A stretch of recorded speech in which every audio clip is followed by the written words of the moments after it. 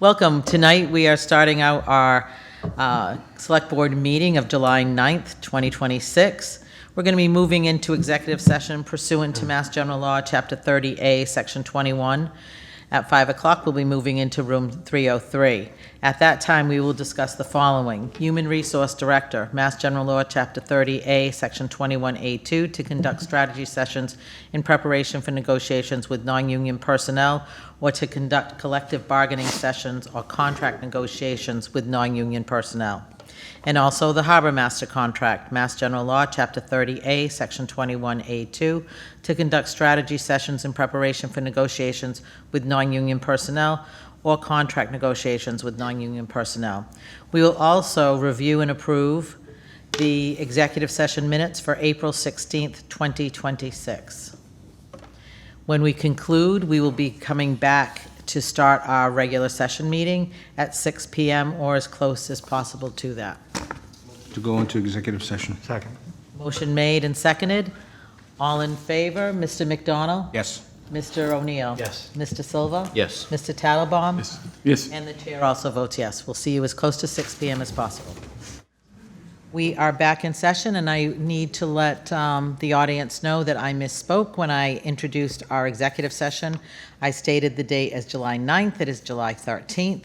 My memo was the 9th, so I apologize, but I got it right now. So we are going to open the Select Board meeting of July 13th, 2026. We are just a few minutes late, so we'll get this one started, and we will start by standing, for those who can, to pledge allegiance to the flag. And I ask that you remain standing.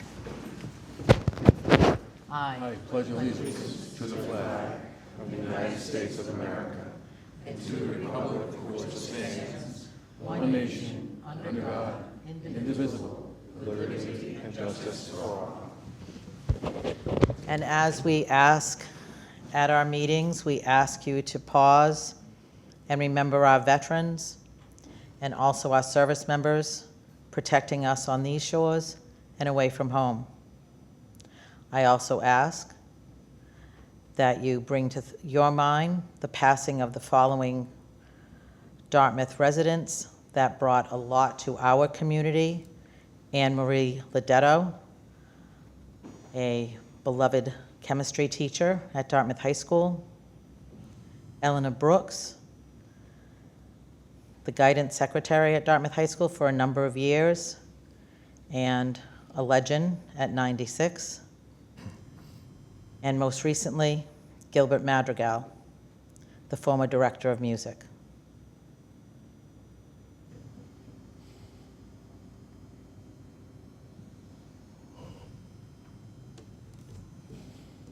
Thank you.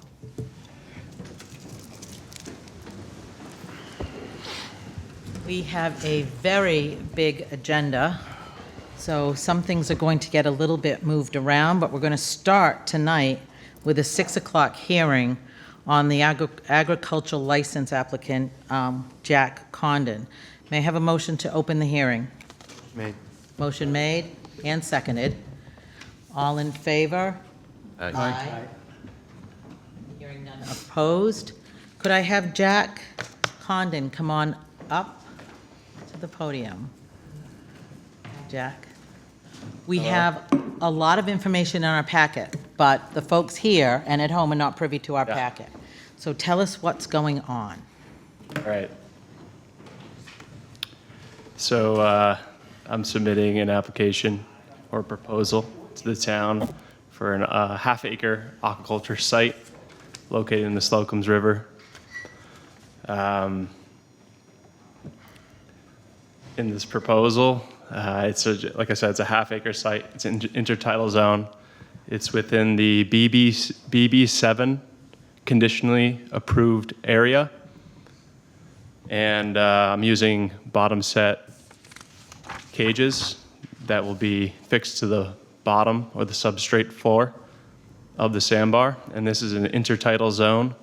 So around at 2 hours of low tide, these cages should be exposed.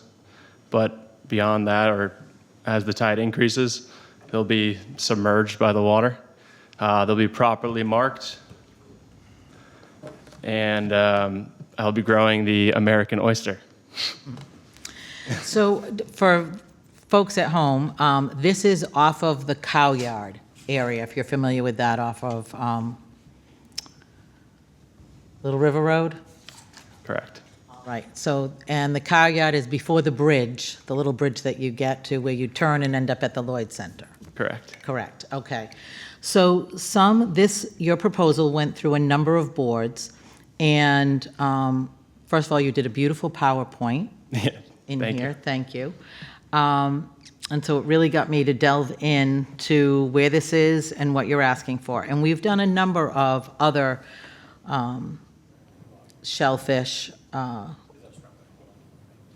locations. Some have not been so successful, so I'm wishing you all the best.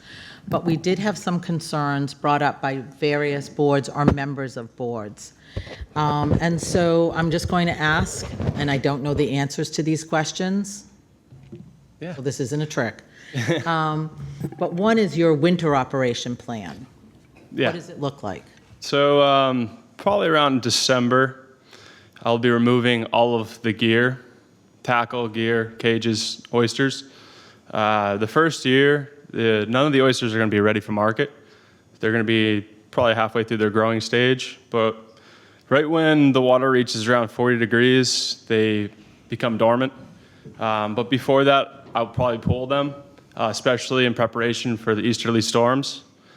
And there's a facility in Dennis, Massachusetts, that is they're approved by the state to overwinter shellfish, and that's the location I'm going to be using. I could also work with the harbor master of the town, and I'm not highly educated on this side of things. This is my plan B. I could get access to a certain oyster farm that has a depth maybe greater than, I'd say, 10 feet, where I could submerge my oysters and then pull them and relocate them or relay back when the spring comes around. Okay, some of the other yearly protections for that area, and you're talking about, so let's talk about a storm. Non-winter storm comes. What happens then? Just knowing where you're located, Yeah, it's not out there, but it's not protected. yeah. So, well, it's going to be usually a southerly storm, and with that just comes with very strong wind. When the sandbar's exposed, usually for around 4 hours of the day,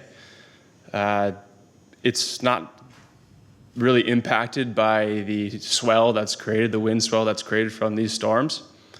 But if it's severe enough, I live right there, so I will go out there and I'll pull everything I have, or check the gear. So probably won't have to pull with the southerly storm, but I will probably check all of my connection points, all of the gear, and make sure nothing is failing. And truthfully, I'll be out there bi-weekly, just sorting and just checking all the gear anyways. So if I do see some of the gear that's starting to, I guess, show its age, I'll be replacing it and go to Catch and Supply and just get the freshest gear you can get. I hope that answers your question. Is there anything else that concerns you? Hang on. Okay, so the seed that you're getting, how long from seed to sell is there? How Well, many years? yeah, so it's going to be hopefully around 2 years. In a controlled environment, it will take around 2 years. In the wild, it takes around 3. But it really depends on the growing conditions. And I think this is a really suitable site for it. Has a really nice current. The water warms in the summer. Right now my boat reads around 78, 80. So that's optimal growing.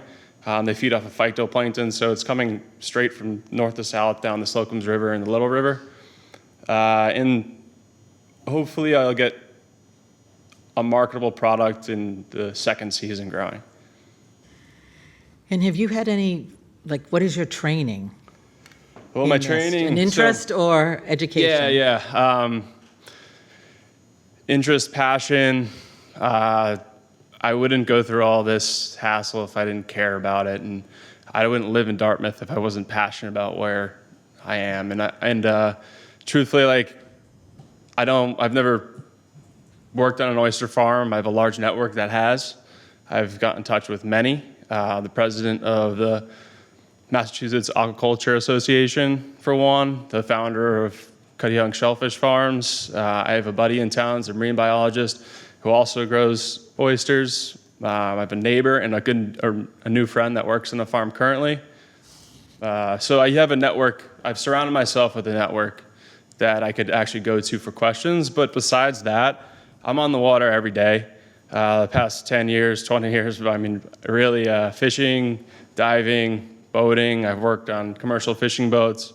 I've done sport fishing tournaments. I've been a first mate of many boating operations. And I consider myself a professional, and I kind of see an easy path for me to become a professional in this field. So that's it. Excellent. It's a lot of work Oh, yeah. for those delicious Oh, yeah. oysters. Did someone on the board have a question? Mr. Tattlebaum. It sounds like the thing you have most more than anything else is passion. You want to do it. Experience on the water doing this exact job, not so much. But you're putting yourself at risk financially, high risk, because you have potential for loss. Could be great based on maybe inexperience or whatever, but you're willing to take that chance, and that's what they're telling us. But you've surrounded yourself with people who can help you, but your actual time on the water doing this particular job is something you have not done before. Is that fair? Yeah, that's correct. And who are we to say no in terms of should you do it or not do it, but you made it pretty clear where you stand on this. Oh, yeah. I'm going to give it my all if you approve this. Yeah.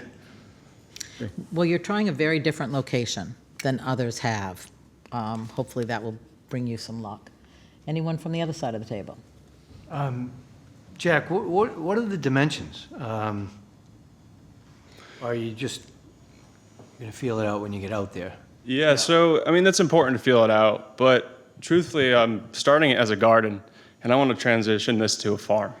And this is going to take years. And what I'm going to start with is 4 to 8 bottom set cages. The dimensions are around 3 foot by 4 foot each cage.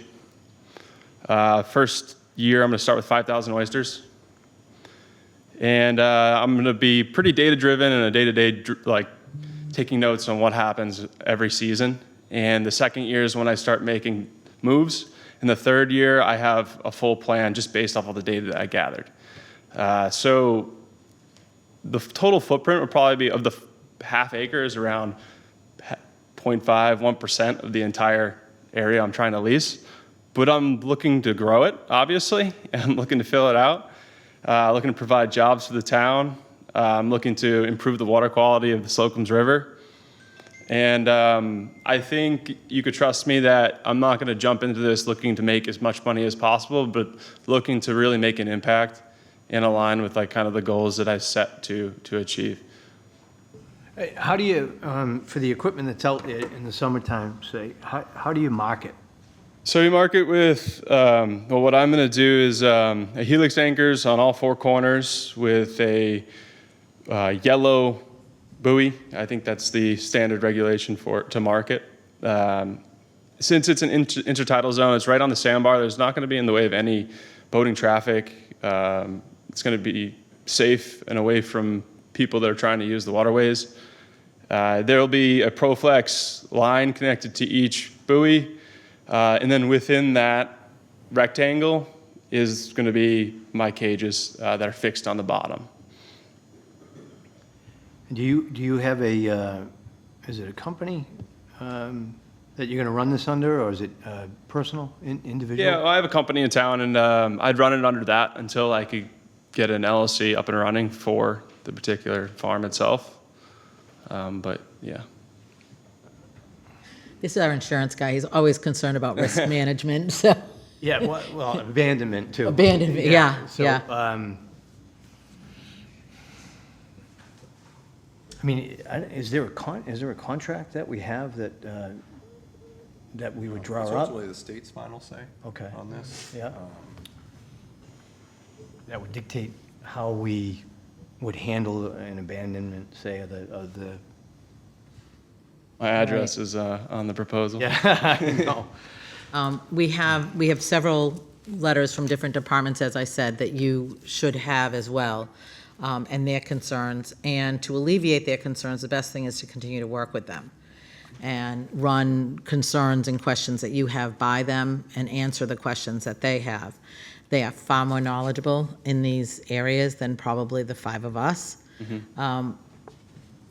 You know, my biggest concerns for you is you getting either hurt in this or financially ruined. And I don't want either of those. So to me, you're taking on a lot of risk.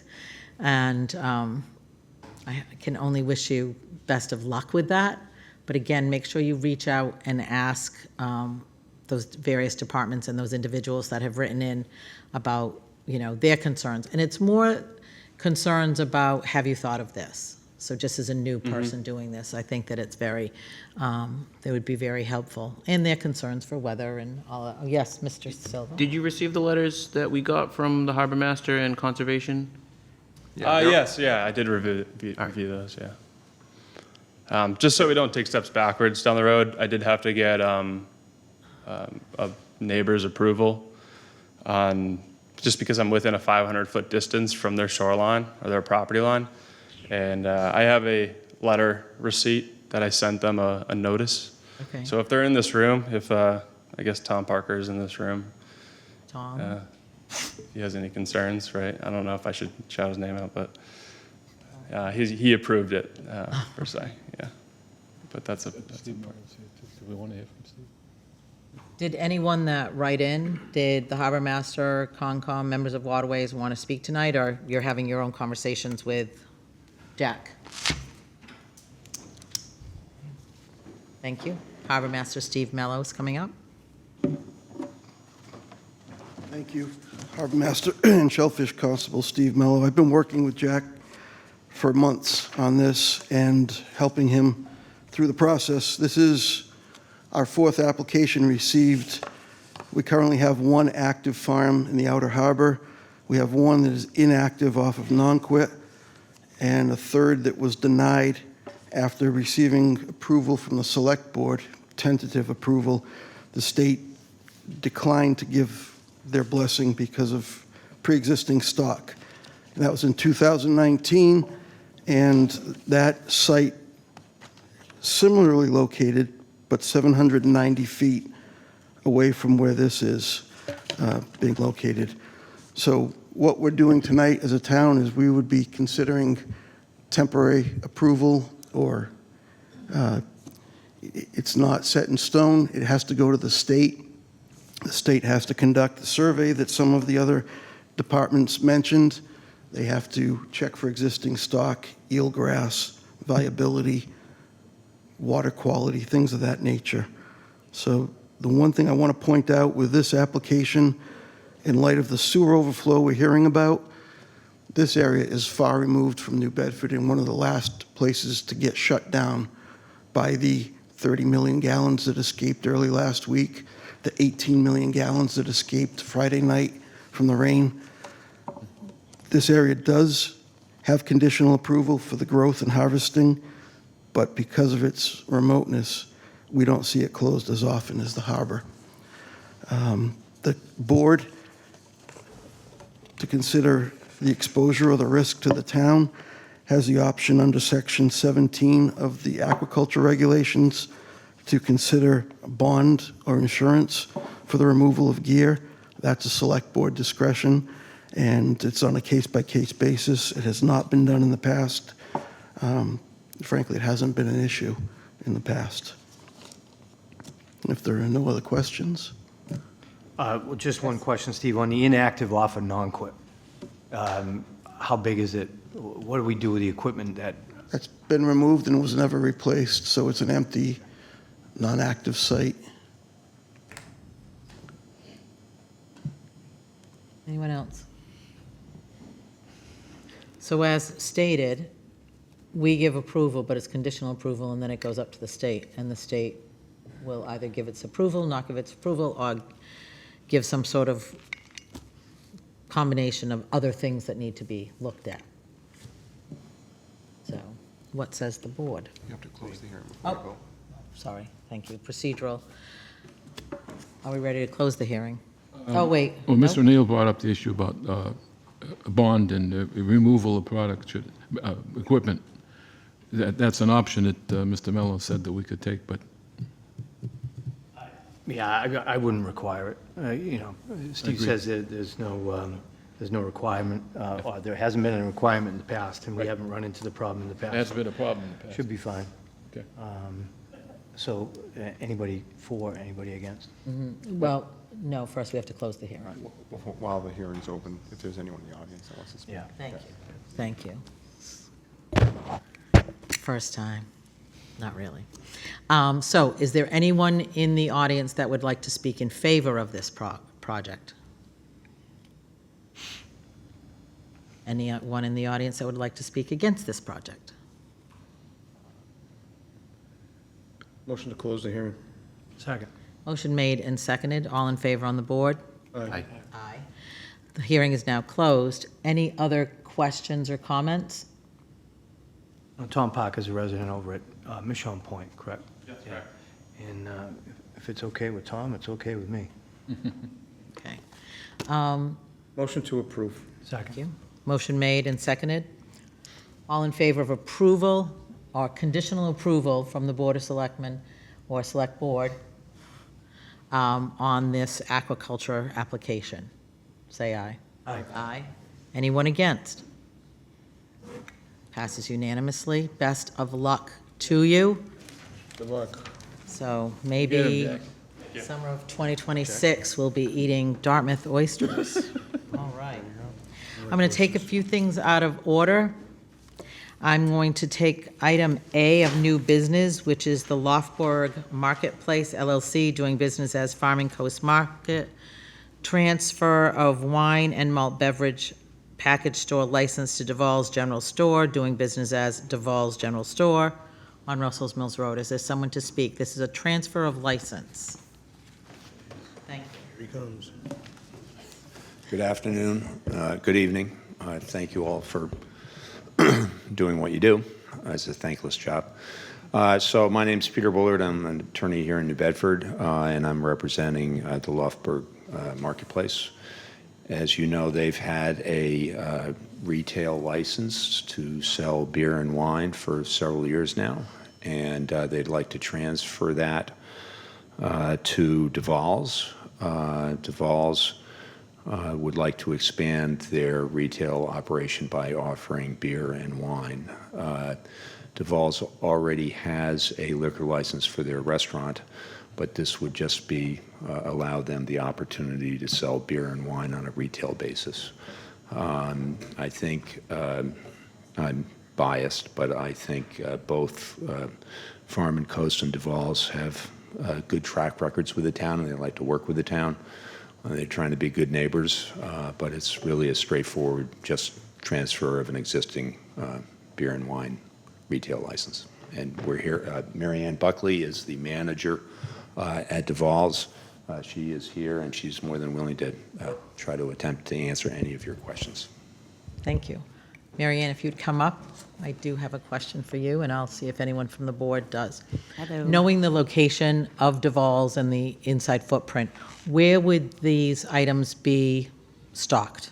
Yeah, so we have outlined 2 shelves in our refrigerator on the general store side for local beer and a few bottles of wine, and then a small footprint that is about 3 feet wide, 4 feet tall for approximately 24 bottles.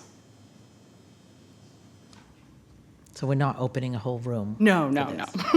We're pretty full. You are, and you're not giving up the book section, so I'm happy to Absolutely hear not. that. All right. Any other questions from members of the board? And this is on the transfer, As long as the kids' book room doesn't go, my kids No, will be. no, especially with that the arch great, will stay. how you can crawl in, absolutely. Anyone? No? Motion to approve. We're approving the transfer of the license from Lofborg Marketplace to Duval's General Store. Second? Second. Second. We have a motion and a second. All in favor? Aye. Any opposed? Hearing none? Thank you so much. Okay. When does that actually take place? When does the magic transfer happen? Got to go to Yeah, the we have to send it to the ABCC. ABCC after this. All right, so your beer and wine selections are not available tomorrow at Duval's. Okay, so give it some time. All right. I have 2 more minutes before I can actually open the next hearing, so I'm going to take another item out of order. I'm going to take item G, which is accepting a donation from the Dartmouth Friends of the Elderly. And we'll bring Dartmouth Friends of the Elderly up to the podium. Maria Connor, we'll take you up. I want to start with all kinds of good news. Just for the folks who may not be known with that we exist, we've been in a community for 40 plus years. I think by now we know what we're doing. Our success is made through the generosity of the people of Dartmouth, business, and our fundraising. And also, we couldn't do it without a group of volunteers who work very hard to make sure that we have the resources when we need it. And of course, our objectives and goals has not changed. Our purpose is to enhance the lives of our seniors in the community, our veterans, and we're also pretty big on intergenerational programs. Through the years, most of the stuff that we have done has been a lot of programs, but also the infrastructure, which is very important to actually have these programs. And in this case, upgrading our kitchen. This is a very exciting, and finally, Took a long time. yes, I think I have now become Yeah. part of the elderly in waiting for this to happen. So, and Friends of the Elderly, it goes without saying that these are not, I'll say my grandmother's elderly, because it's quite an active group. This is a different I generation. said my grandmother because my mother's sitting there with Friends of the Elderly, so I say my grandmother's elderly. It's a far more active group. I'm 88 years old, and I move with the times. But the Friends of the Elderly have contributed in so many ways to the footprint of the site and the the total- programming at the site, as you said.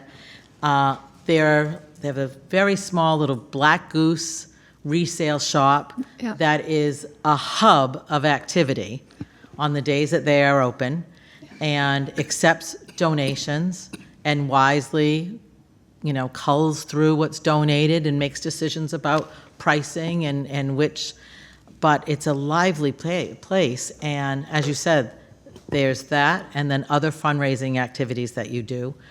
And you're here tonight to gift the town $100,000. I want people to realize that this is no small gift. It took quite a while to work. Those volunteers work very hard. People should drop in and see the activities. And that footprint on the whole I call them a compound that has been there for many years. The Dartmouth Friends of the Elderly has had a hand on every extension, from garages to wellness center, you name it, we've done it. We have raised millions of dollars through the years to ensure that the seniors have a place to go with a lot of new programs, and ensure that the new generation coming up, they have a place to go. It's a very different generation. Oh, And quite. having been, at the location and helped with the Meals on Wheels program and see that operation and how many meals we serve our community, it's amazing. And They're seeing doing the about 200 meals a about day. 200 meals a in day. Dartmouth. And then we do extra meals for a weekend so that people who are home have meals for the weekend. But to think that we could do so much more in an upgraded kitchen and the community center itself. And these things certainly would not be happening without the push of the Friends of the Elderly and the financial support. So thank you so I much. would like very much to have our board right here without them, and they're very positive about everything we do. Can you please stand up and say your names, please? I'm Christine Crofton, Ellen Hull, Larissa, Enid Silva. That's not, there's,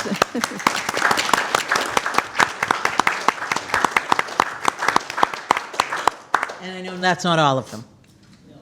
And then it's a working group, and I we are can't thank working, you a very hard enough. working group, for sure. Yes, so I just want to add, we've been at this for quite some time, and Ms. Silva Brooks mentioned the kitchen. This project goes beyond the kitchen. It really is the community room outside of the kitchen, the large room that, if you're familiar with the COA, you're familiar with this space. We had allocated $400,000 at the fall town meeting to move forward with the kitchen project. We thought that would be plenty of funding. The Friends had previously promised to give $100,000 that we would use towards the equipment in the kitchen, and they would donate that equipment to the town. We went out to bid. We had to, follow mass procurement laws. We had to do sub bids.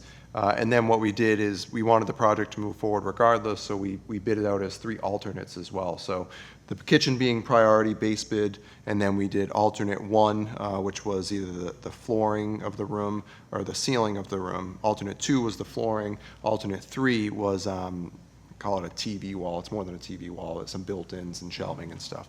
And so the bid, if you combine all the alternates, the bids came in at around $475,000. So we were about $75,000 short without any sort of contingency or anything like that. And so obviously doing it now will save us money in the long term, mobilization, inflation. And so we, myself and Amy and Angela over at the COA scheduled a meeting with the Friends and Maria, and we had a really, I think, a good discussion, and we were able to get the support of the Friends. And so we're very thankful, and this will allow the project to move forward, and we will enter into a contract hopefully next week and get this project started. That's great news.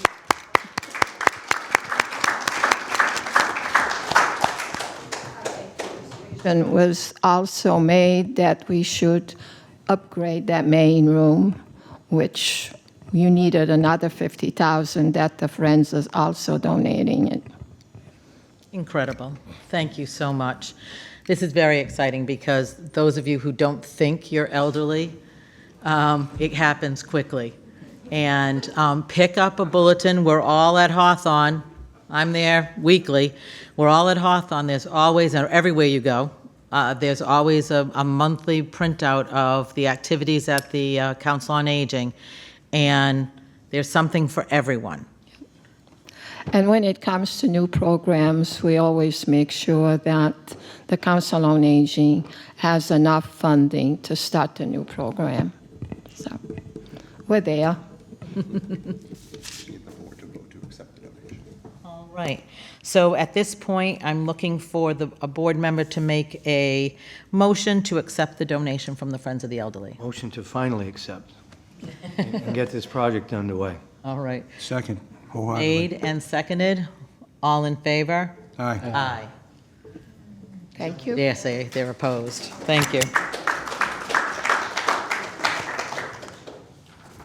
I don't want to weed out our audience, but I will now move back to our hearing. I couldn't start that earlier than 6:30, so now I can go to our hearing, our second hearing of the night, and this hearing is for Lofberg Marketplace LLC, doing business as Farming Coast, and at this point, they're going to be talking about an all-alcohol package store license application.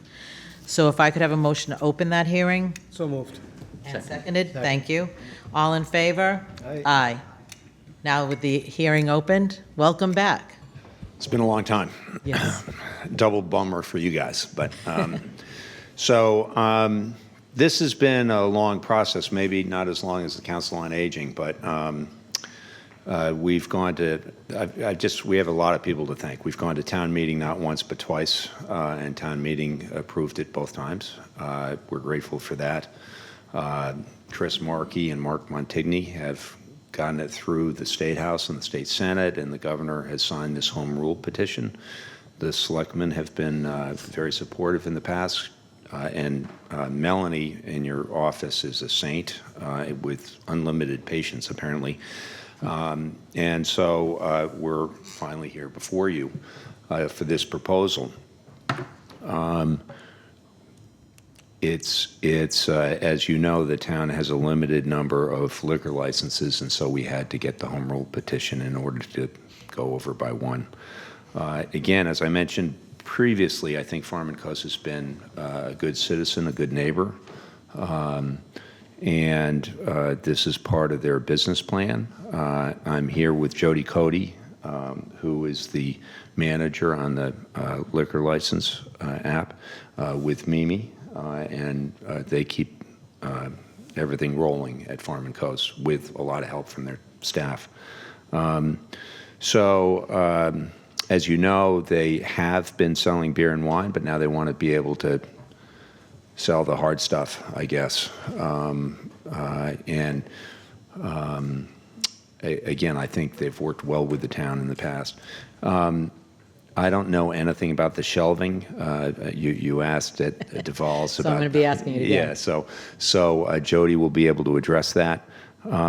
We are concerned about, for lack of a better term, kind of the impact on the village. And I used to describe the village to friends as a hidden gem.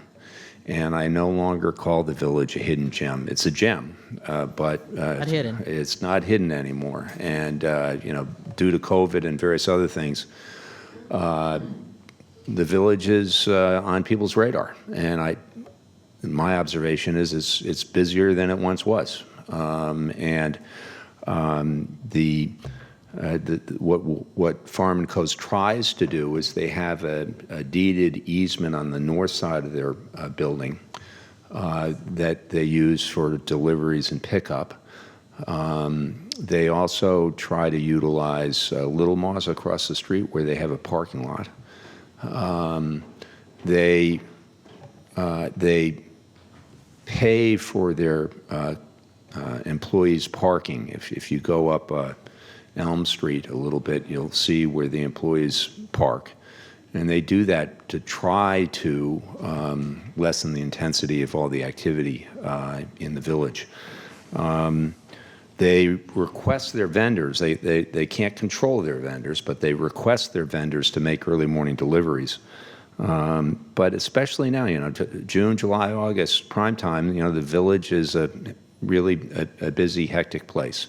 And you've got the whole business has changed. You've got Amazon, you got UPS, you have Federal Express, you've just got all these delivery services now. So it is a very, very hectic place and Farm & Coast is trying to be sensitive to that. As I understand it, probably 90 to 95% of the new deliveries for the hard alcohol will be from existing vendors, so you won't have really more traffic, but rather than maybe taking 3 minutes to unload, maybe they take 4 minutes to unload because they'll have a couple extra crates. That is the proposal, and Jody would be able to tell you kind of square footage and where it's all going. All right, don't go too far, though. Jody, come on up, but I want to thank you for acknowledging the traffic, because that was a concern that we got from not only abutters, but residents and those passing through, especially driving through down Bridge Street in that one block. Yeah. And having either people crossing where they shouldn't be because they should be crossing at crosswalks. They're crossing to get to Farm & Coast, trying to park. Then we have a delivery truck, and so I applaud that you have acknowledged that you know it's a problem, and I know that you cannot control those vendors, but we need to make sure that there's somehow that you can try to speak to them and either continue with those early morning deliveries, or that they use that rear access that they have, and if that needs to be changed. But the during the day deliveries are a huge problem for a lot of people, and we just don't want to have any further consequences there. Right. So thank you for acknowledging it, Yep. because it was something we wanted to talk about. Yeah. All right, thank you. And Jody, Yes. tell us who you are. Hi, I'm Jody Cody. I'm the general manager at Farm and Coast. I helped open it, so I've been there from the beginning. And Peter's right. As far as the space that we have delegated, or we're hoping to delegate to the bottled alcohol, for about 14 feet, it's a hutch, if anybody's been in recently. And when you walk into the wine cellar part of the business, it would be on your right-hand side towards the bathrooms. It's really out of sight. It's something that you'd have to be going to the ladies' room or men's room So it's in to that hall. really Okay. even see it. It's a wooden hutch that was made for that area. And the bottom half of the hutch would be just for us to enclose cases, and the top hutch would be for the display. So it's not as small as what Duval's is saying, but we're hoping, the initial delivery would probably be 10 cases to fill that slot. And then after that, in Very the summer. curated alcohol selections. Correct. Just like the wine section that we have, but much, much smaller, much smaller. I just couldn't envision, having been in there recently, but not down towards the Yep. restrooms, envision what you would replace to Right. bring this in. So thank you, this is a different spot. Yep, if you're walking towards the restroom, it would be on your right-hand side. I believe that's where the cleaning buckets were the last time I was in.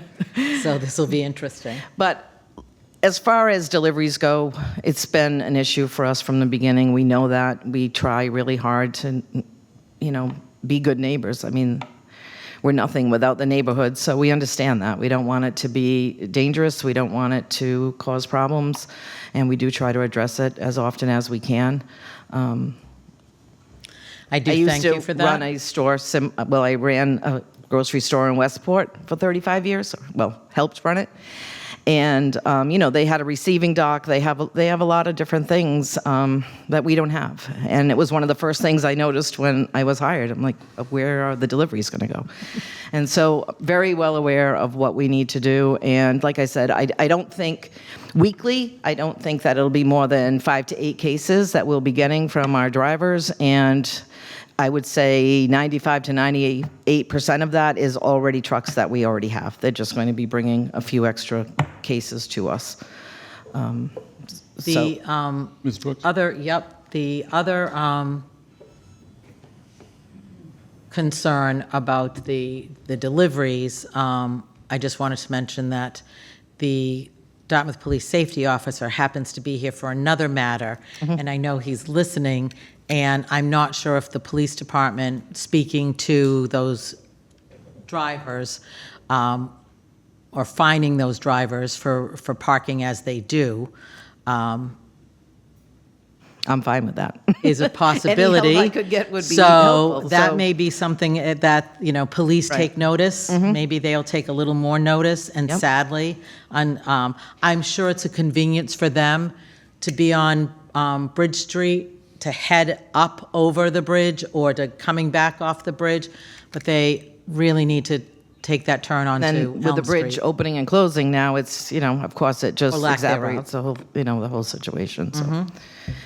And not to sound like I'm on the council on aging, but back in the day, you had to, you had your drivers. You used to, give them a gift certificate because they were your drivers and they took really good care of you. But that's not the way it is anymore. You get a different driver almost every delivery.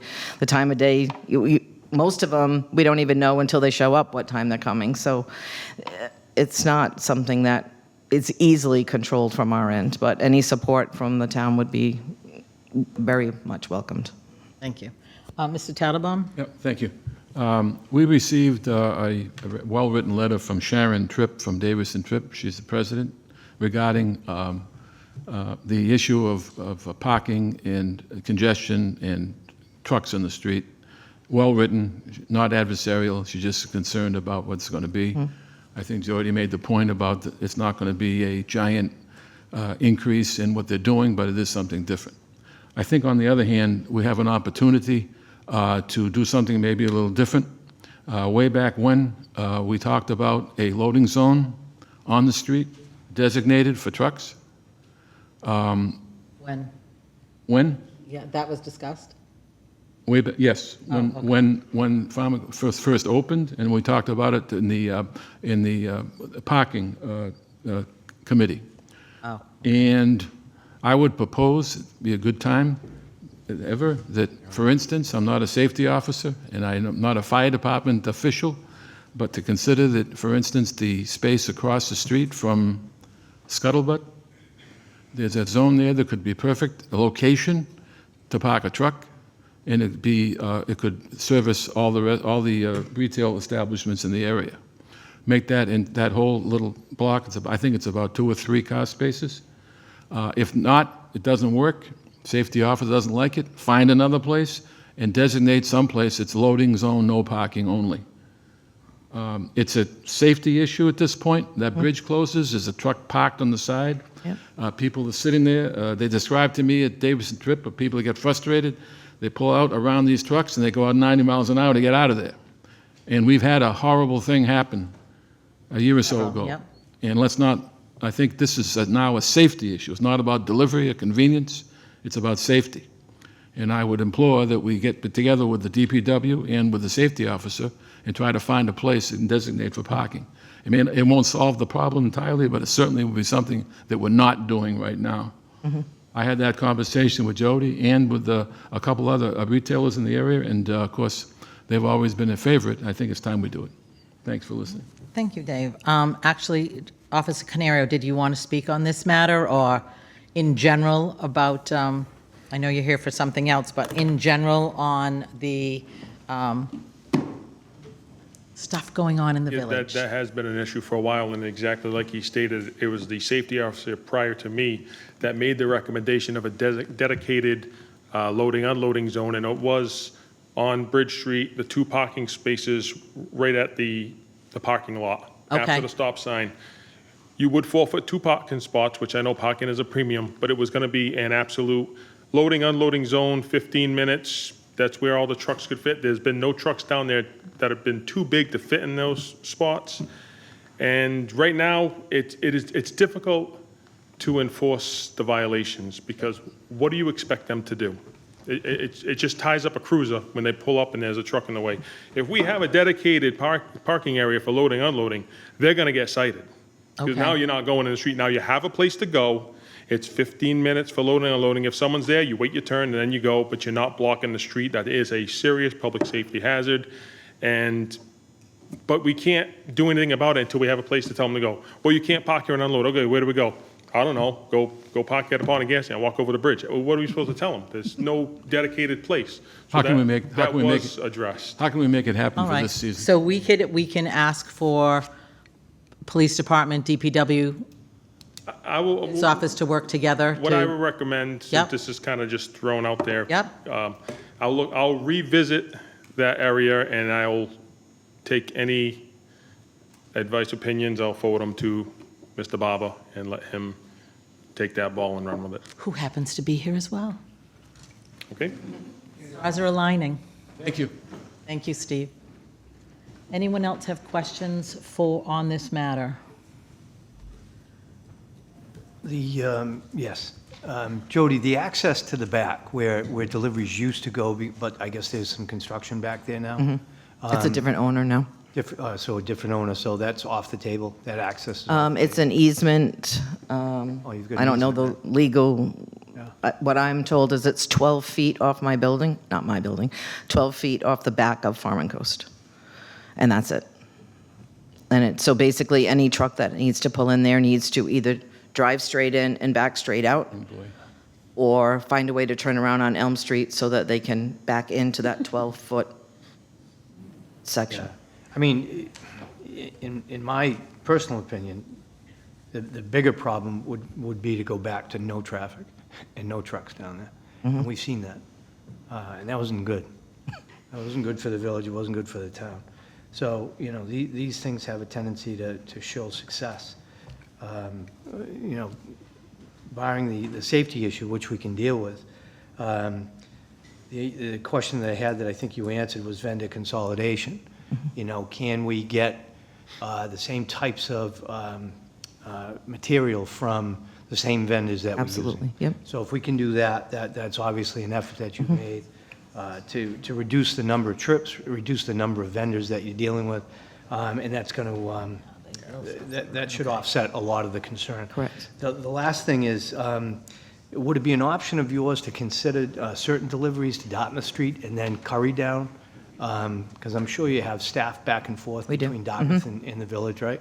So if we're only talking 10 cases a week or whatever it is, and you run into trouble, Absolutely. maybe we could, you could consider Currying back and forth.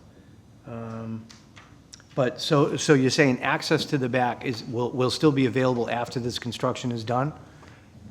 Yeah, that's part of the, So you'd be able to use that again? it's deeded, like, It's deeded, yeah. Yeah. So you can't access that now, right? But you will in the future, once that construction is complete? Right. All right, that's good. Just small trucks, maybe. yeah, small, I mean, which we ask all of them to bring small trucks, but. Yeah, I'm fine.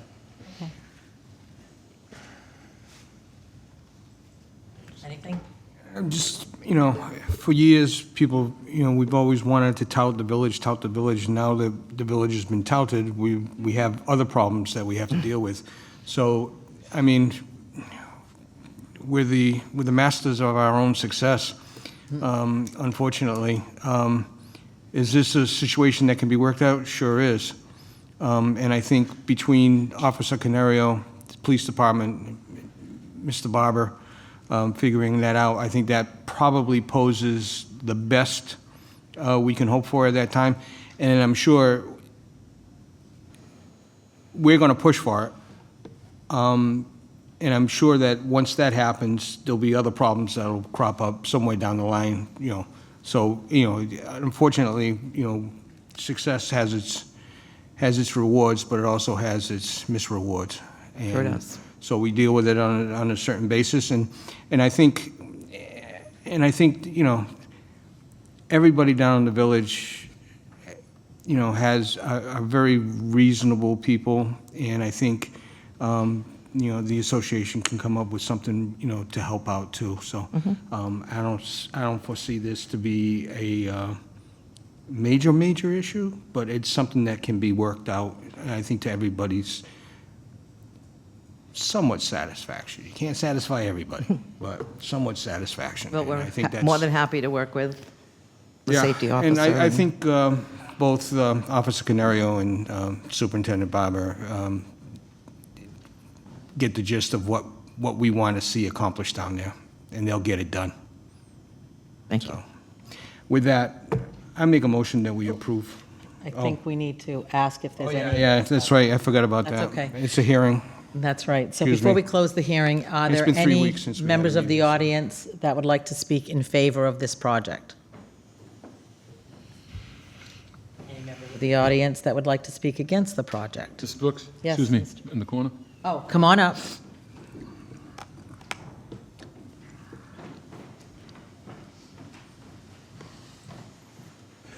I would like to be recorded in favor. My name is Henry Bousquet. I'm a citizen in New Bedford, 3870 Cushing Avenue. Thank you.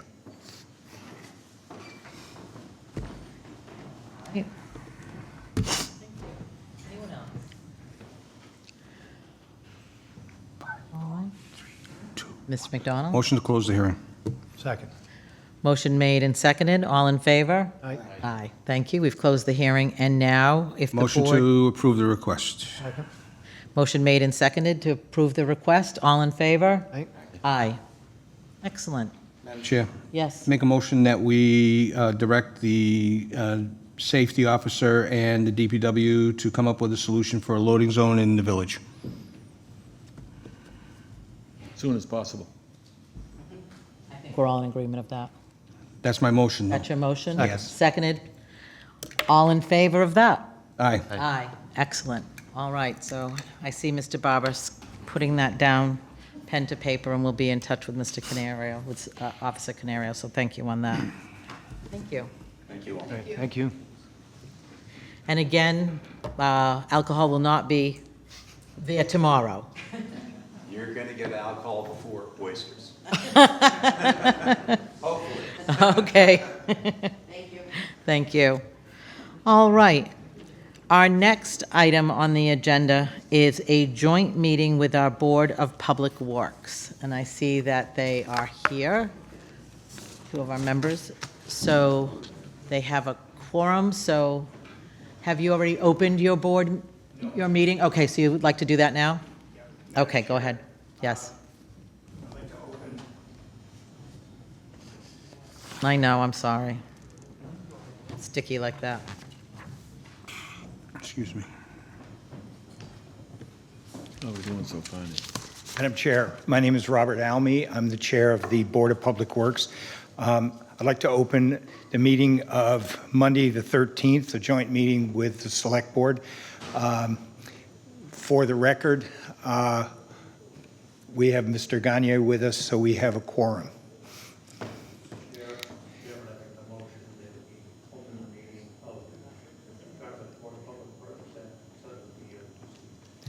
We have a motion by Mr. Gagne. Chair seconds. All in favor? Chair votes aye. Meeting is adjourned, open. Not quite. Madam Chair, as we go into this, there was a slight discrepancy between the posting for the joint meeting and the posting for our meeting. And I don't think it will affect how the business is done, but I would request that the discussion of the professional engineering contract be done after we adjourn our meeting. Okay. Our board got its hand slapped 18 months ago by the state over some very technical issues having to do with agendas and open meeting law. And so I sort of was the point person for it, so I've become very sensitive. Hypersensitive to it, absolutely. The first item that we're going to discuss tonight with your board is the fiscal year 27 water, sewer, and solid waste rates. I'd like to have Mr. Barber take the lead on that, and I think we have Finance Director and available as well. Tim? Come on up, Tim.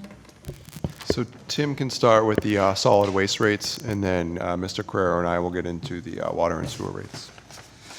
Good evening, Tim Barber, Director of Public Works.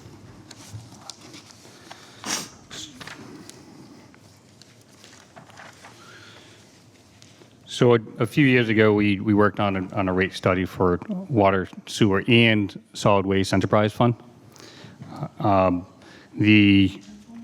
that time, it was proposed that we increase the annual rate from $90 to $120 for FY26, and we did that last year, and there was no projected increase for FY27, but there was a larger increase for FY28 at 33%. Looking at some increases in the budget and some town overhead costs, I had presented that we increase in FY27 by another $20 for a $140 annual fee for the solid waste SMART program, which is a 16.67% increase.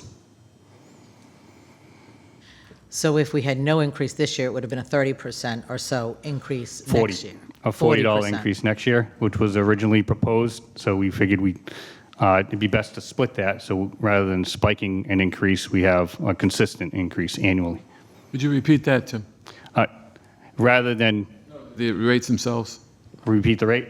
So this past year for FY26, we were at $120 for the year for the SMART program, and going into FY27, we are raising the rate to $140, which is a $20 increase.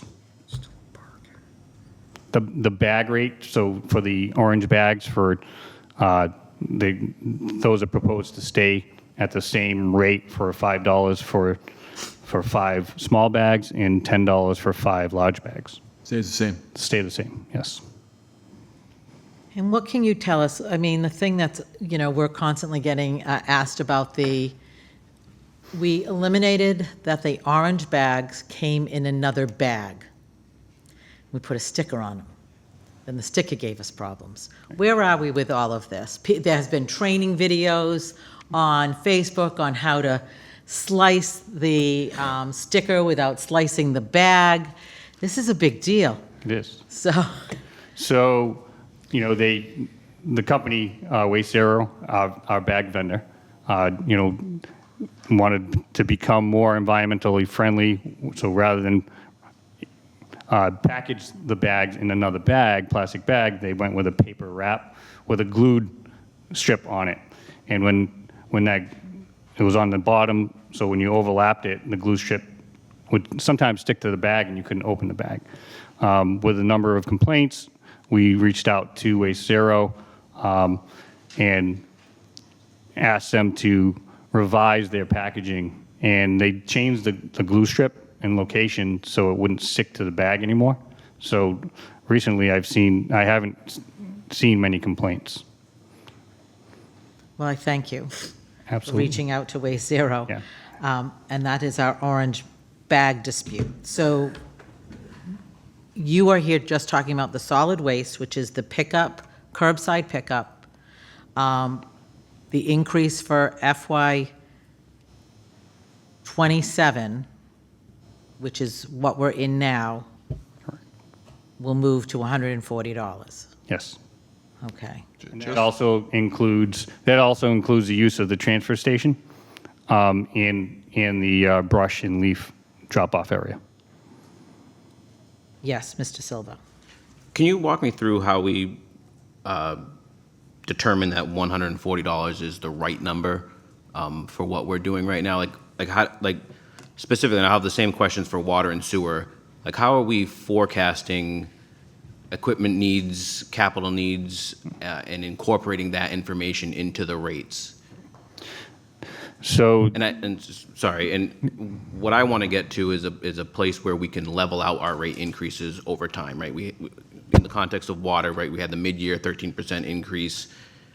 We've had significant increases that are on the horizon.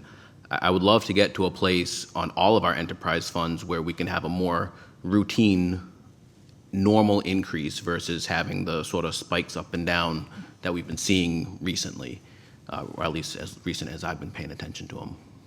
absolutely. So we took that rate study, and I went through the rate study, and rather than have skipping years and having higher increases every other year, I revised it to have more consistent increases every year, annually, so it's more expected, and you don't have those spikes. We also, during the rate study, the consultant that we used, their goal was to keep a 15% retained earning for capital improvement. And I think in solid waste, it's important to say that 15% doesn't get you very far, right? What a solid waste vehicle or recycling vehicle, they're in the range of about $450,000. So that, just that 15% would be pretty quickly. So I'm looking at trying to stay above 20% in retained earnings, and that's what's forecasted currently. How confident are we that 20% is the right number, right? Like, we know what our assets are, right? What our fixed costs, what our capital costs are going to be over time, right? There's a trash truck that has to be replaced every X number of years. How confident are we that is 20% a number that we've done analysis to get to, or is it just feels right? It's better than the 15% that the consultant said. You know what I'm saying? So currently, 22% is about 700, just under 700,000. But does that give us what we need in order to be able to fund the capital needs that we will have and that we can expect to have over the course of the next decade or so. It currently does. If we move to electrification, which the state was pushing for, that will definitely change things, where a solid waste or recycling vehicle, battery powered, would cost closer to $1 million. So that wouldn't work in that case. But, you know, we're also looking at constant increases every year. Will drive up the retained earnings to higher towards 35 or 40%. So we can look at capital improvements such as that. Thank you. You're welcome. How often are we replacing those trash trucks? So recently, I think we've replaced a recycling truck and a solid waste truck opposite every year. So 1 year replace a solid waste, one year replace a recycle.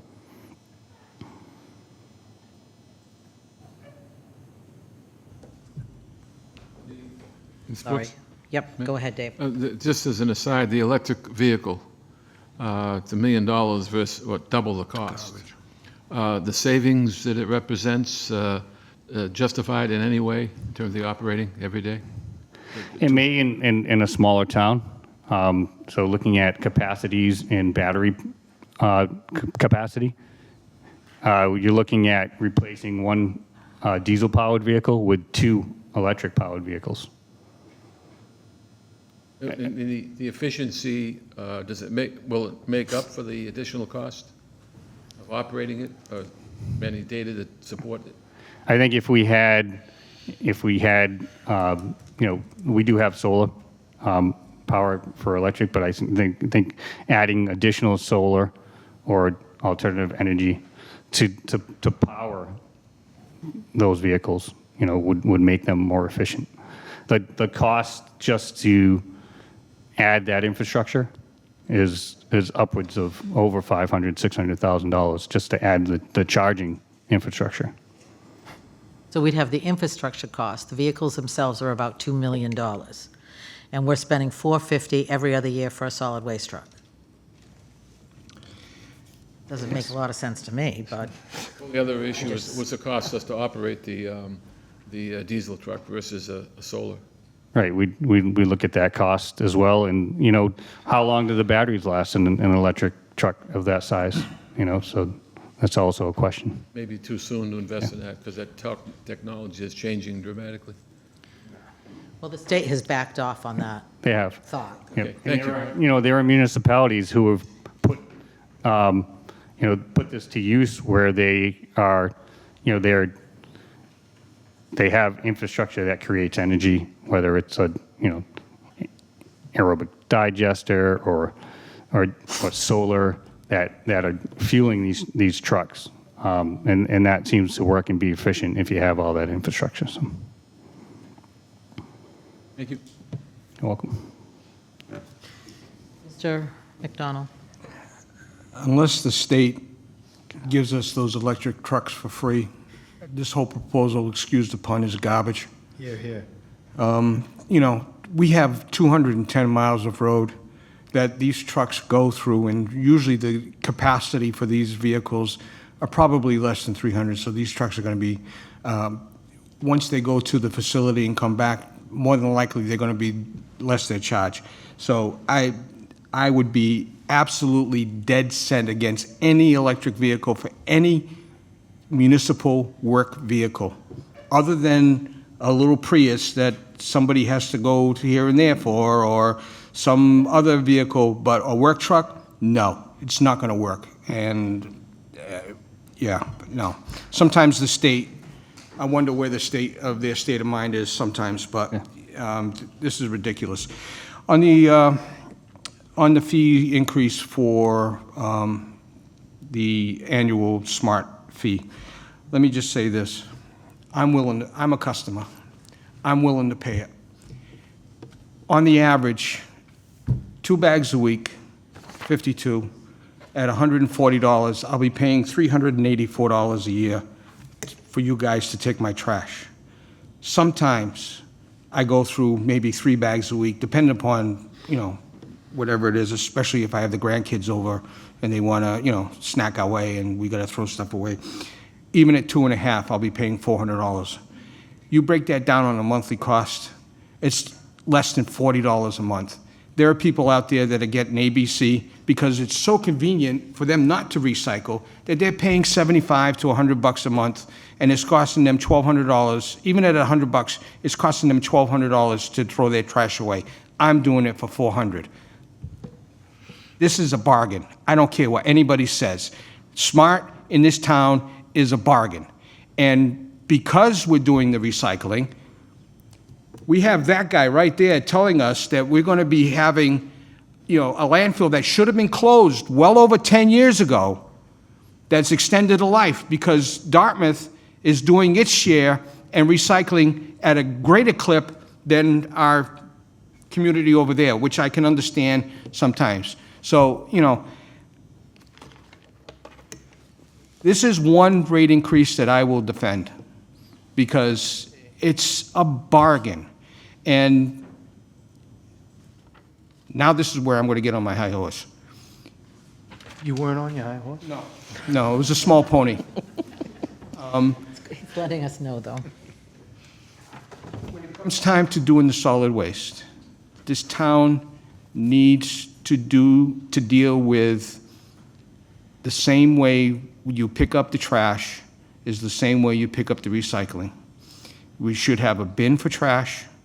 First of all, one of the things that anybody complains is that you put your trash out on a Sunday night, Monday morning you're picking up papers because the squirrels, the rabbits, the raccoons, or whatever have gotten at it, and you could try all sorts of stuff, ammonia in the bag, ammonia around the bag. Somehow they still, the wildlife around here probably treats ammonia like crack, and they just go after the bags. So Pretty resilient. we need to start thinking about the one arm dealing with the trash, not only for that, but also for the safety of the pickers, so that the pickers are not on the back of the trucks, especially in a torrential rain, where they could possibly slip, end up on the road, and somebody actually hitting them, or dealing with individuals who have overcapacity on the bags. These guys are picking up thousands of bags a day, and it's wears and tears on the backs. There's no ifs, ands, or buts about it. And, we need to do something. We need to move to a more automated recycling. Still buy the bags, but put it in the bin. And that way the arm picks it up, boom, bang, gone, out. And, yeah, you're going to reduce your labor costs, but those laborers can be put somewhere else in the DPW where they're needed, like construction, water, that area too. So it's a redistributing of the labor. So we seriously need to start thinking about doing an automated on the trash, for not only for the safety of the men, for the safety of the crew, and also for the well-being of the, so that the town doesn't look like, every Sunday night, the north end of the town doesn't have trash blowing, or on Thursdays, the south end doesn't have trash blowing around because the wildlife gets at it. To be honest with you, squirrels are tough. Those suckers know how to tear those bags open. I know at one point we had talked about this. So Where are we? there was kind of an idea in place that we had separated recycling. So we have cardboard and then we have plastic and cans. So it was thought that if at some point having commingled recycling would be more efficient and cost effective, then we could move to commingled and then have the second bin as trash or a solid waste. That hasn't come into fruition. The separation and the processing of recycling is costly when you commingle. So we've kept our costs low as well for that. So there may be an additional cost increase to go that way, or we add a third bin and And to add a third bin, we would also have to add additional vehicles. So that would be the first investment, would be additional bins in, I think, 3 vehicles. A third bin, as long as it's green, so it separates this green trash, boom, see you later. I don't mind it, I got the room for it. Maybe an orange lid to match the orange. No orange lids, green and orange, no. So the $450,000 every other year is to pick up our trash, that shaped truck, or the 450 is the recycling truck? They're both about the same cost, and we alternate. So one year we buy a recycling truck, one year we buy a trash truck, and then we take an older truck out of service. So we would need more trucks Correct. and another bin. That is correct. Something to think So, about. yeah, we can look at costs and look at what that investment would be. So, Mr. Barber, when will we get the new updated bill? That will We're be. in now FY '27. Yep, so that will be going out within the next week or two. Yep, We have not paid this year's. you have not. We have not. Okay. So you're getting used to the service before you pay for it. All right. It's like a sale. Just one thing Yes. the board and the public should be aware of. In the analysis provided, they are, even with the $20 increase, they are projecting a deficit for fiscal '27. So I just want you to be mindful of that. That retained earnings is down to about $594,000. We appropriated $400,000 at town meeting for a new truck. So we were at $994. That brings us down to $594. If we're still closing our books from the past fiscal year, it's going to be tight. If we ran a surplus, it's not going to be a significant surplus. So I wouldn't anticipate retained earnings going up anymore. And if you run another $183,000 deficit, your retained earnings are down to, around $300,000. So that means no new truck for the next 2 years if we don't. If we keep rates at just the $20 projection. They're all, and then we kind of break even based on the calculation here in fiscal '28. But you can remember, retained earnings are certified the year after, right? So we're gonna certify '26 and '27. So you're looking at not buying a truck for the next 2 years if we only do this rate increase, and we're gonna run a deficit. We have enough in retained earnings to cover it, but we are going to run a deficit based on this projection. That's really the question I'm asking, is the increase that we're recommending adequate to provide for our operating costs and our capital needs into the future? Right, and the FY '26 also showed a $183,000 deficit from the consultant's report. But if you currently look at the expenditures in the enterprise fund, it is close. It's not in deficit. We have to take out liabilities when we certify the retained earnings, though, so that's what typically pushes us over. So should we be looking at, instead of this $20, should we be looking at a $30 increase this year? I mean, it's something for I think the Board of Public Works to consider. I just wanted to make it, I don't want to throw something on you and then at the end of the year you go, why, we ran a deficit, why? And it's clearly projecting a deficit. How many customers in the system? About 10,000. 1,000? So a $10 increase is Gets- 100,000. Yes, For every 10, it's 100. yes. Okay. So I did run the numbers for a $30 increase as well, Okay. which doesn't show a projected deficit for FY '27 or FY '28. And that would be $30 this year.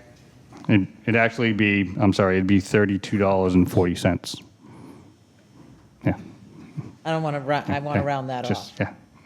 So, and then we're saying the following year an additional, I mean, it sounds like we would have to do an additional 30. We're still, if to keep this pace, to be able to buy these trucks, which I'd say next year it's not going to be 450, it's going to be more than that. I mean, let me ask you this, can we operate without buying a truck for 2 years? Do we have the right pace of replacing trucks? Or are we too conservative or not conservative enough? I think we maintain our fleet pretty well, and we have bought new vehicles over the last couple of years, so we could take a look at what we have for a fleet and what would we need, what our capital expenses would be for the next 10 years.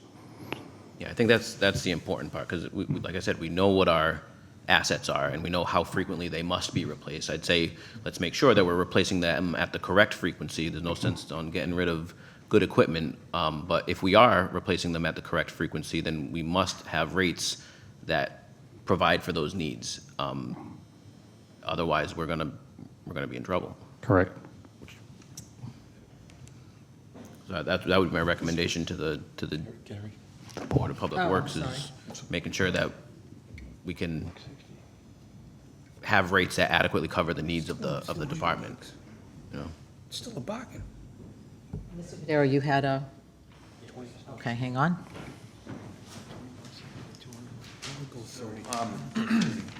Gary Carraro, Director of Finance.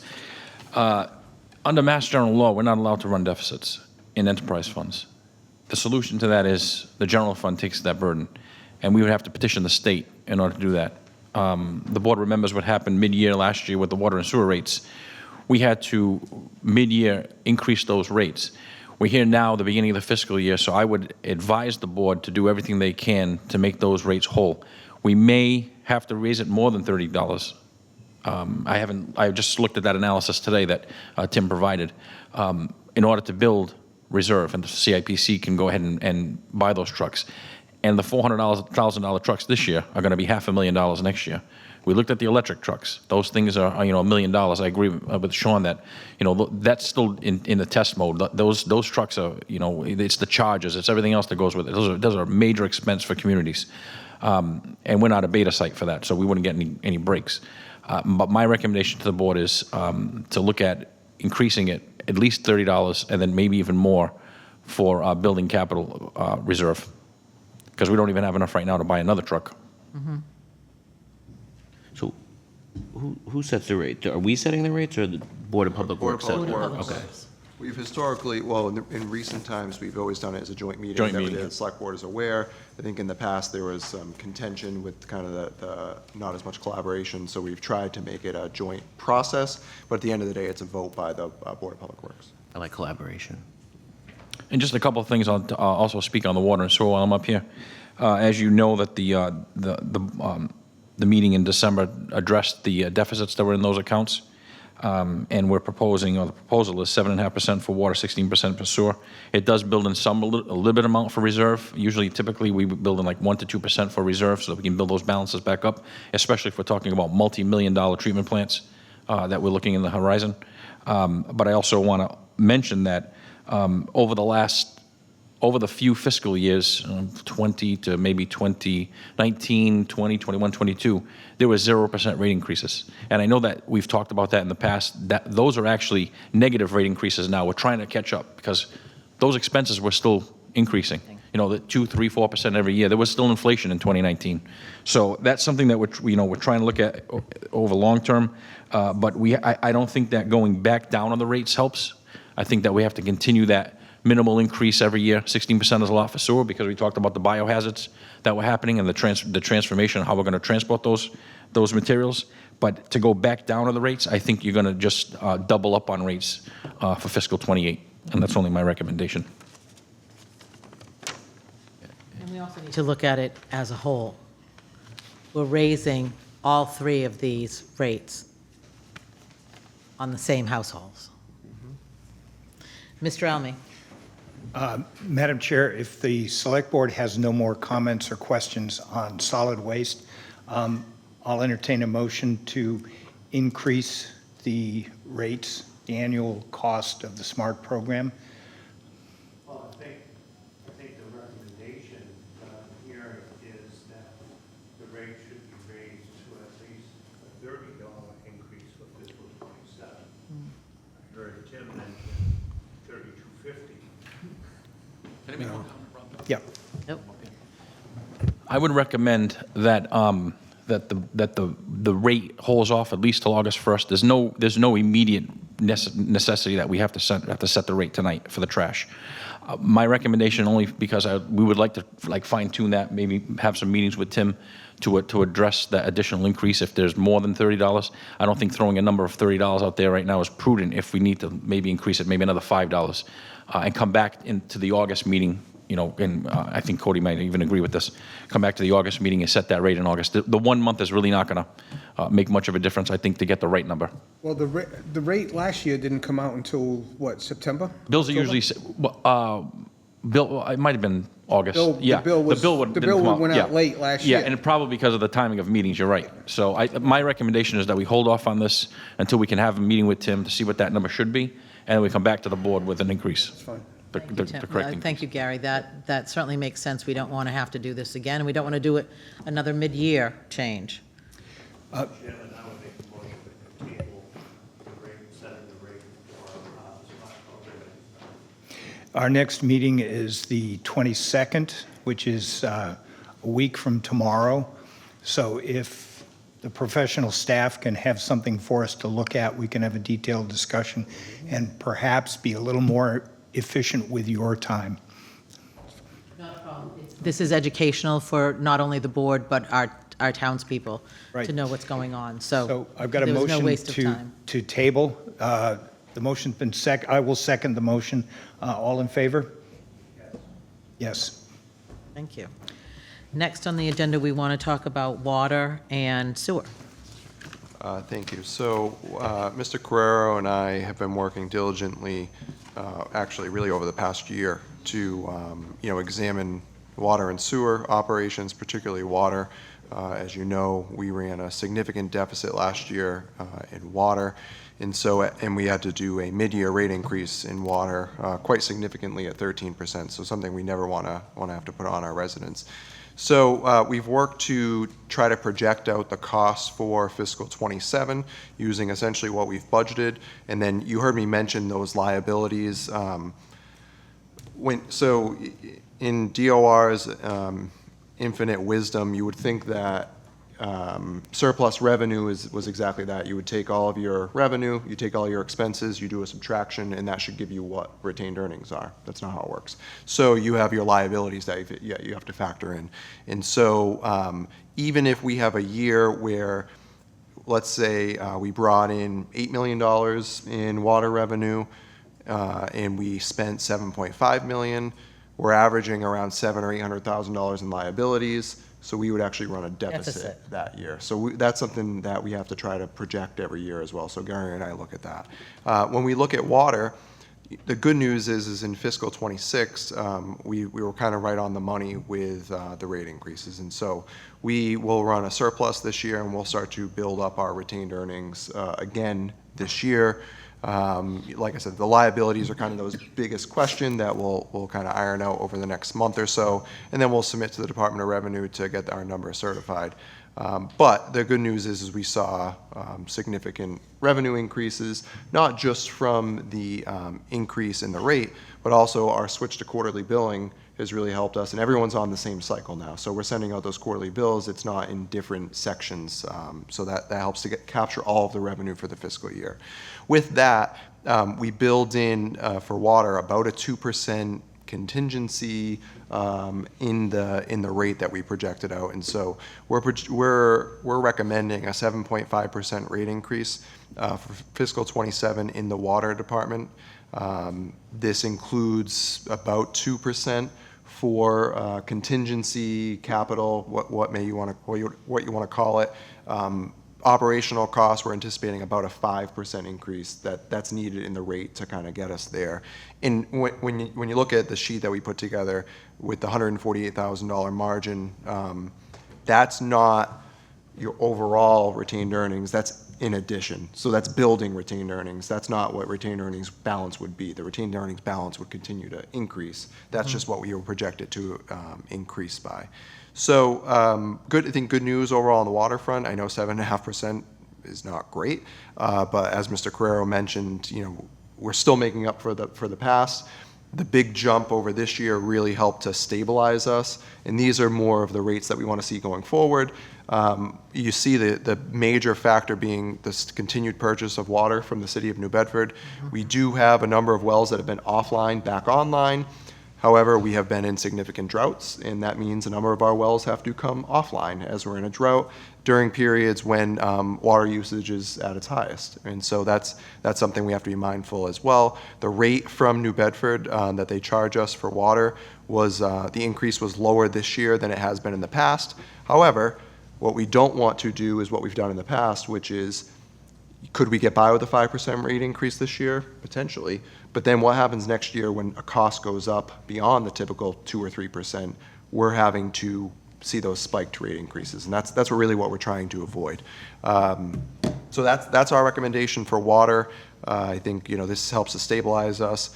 It does not build in these huge. It doesn't build in huge capacity for debt service as we go forward. Some of our debt is dropping off. Mr. Carrero's looked at our debt schedule, and so some of that starts to drop off. So that obviously helps as you bring on new debt because some of it's dropping off.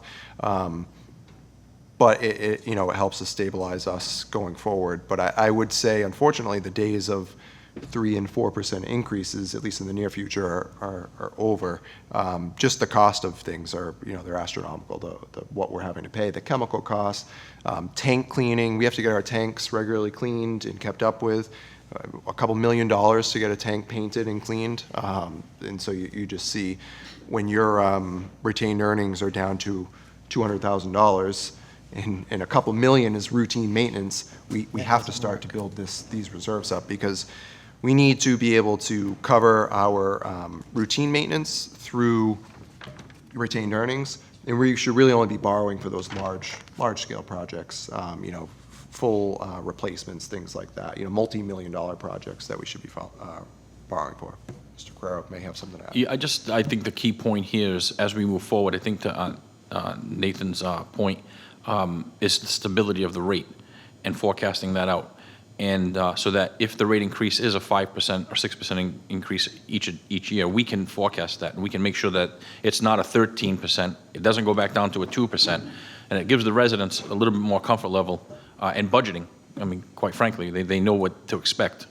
And working closely now with the new operations and business manager down there, hopefully we can tie all this in, and so that she's on board with trying to get this moving forward. So we have a plan going forward.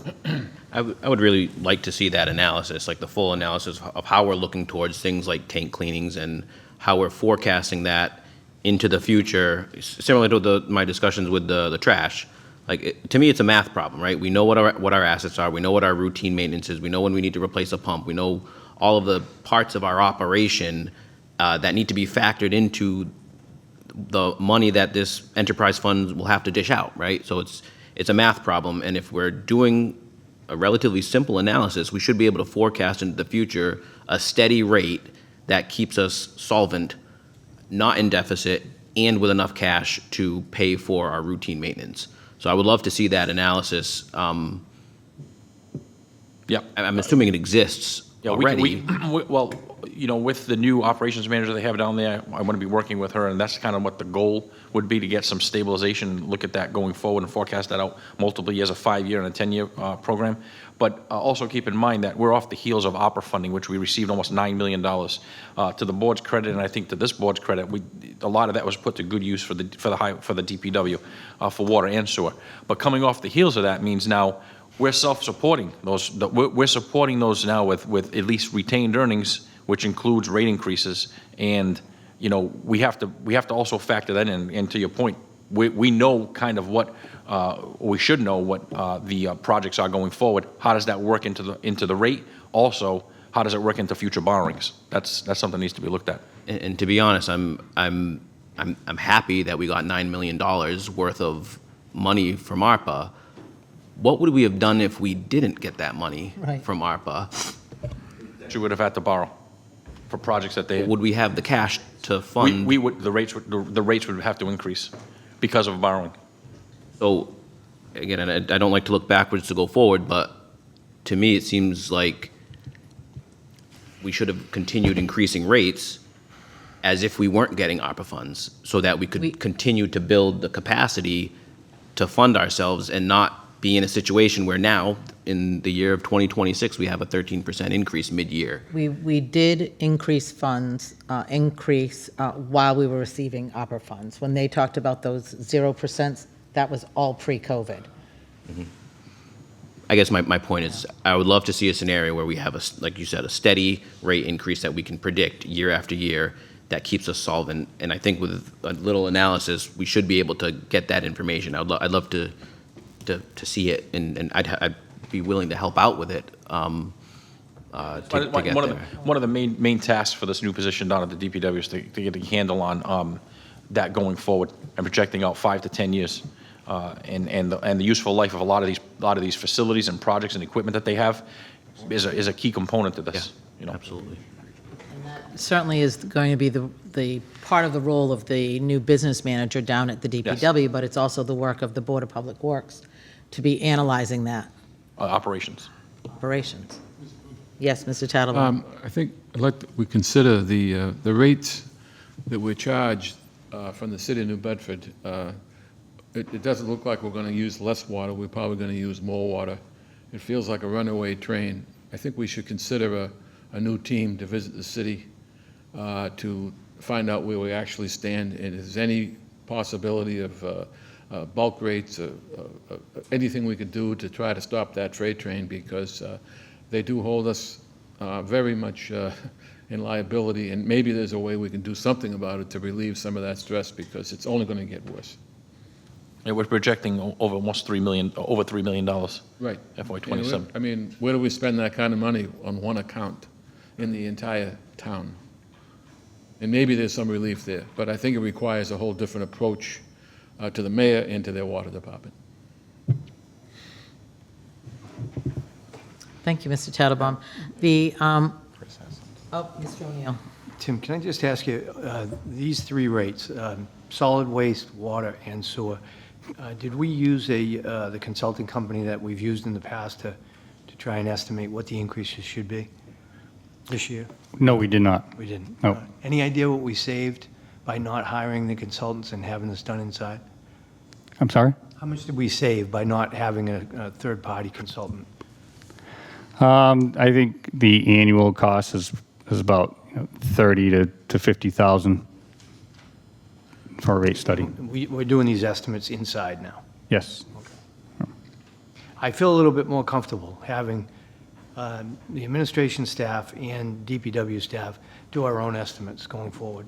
Yep. I think last year was a colossal waste of money. Using We have a great workbook to work from now from that rate study that we can put to use in-house. Good.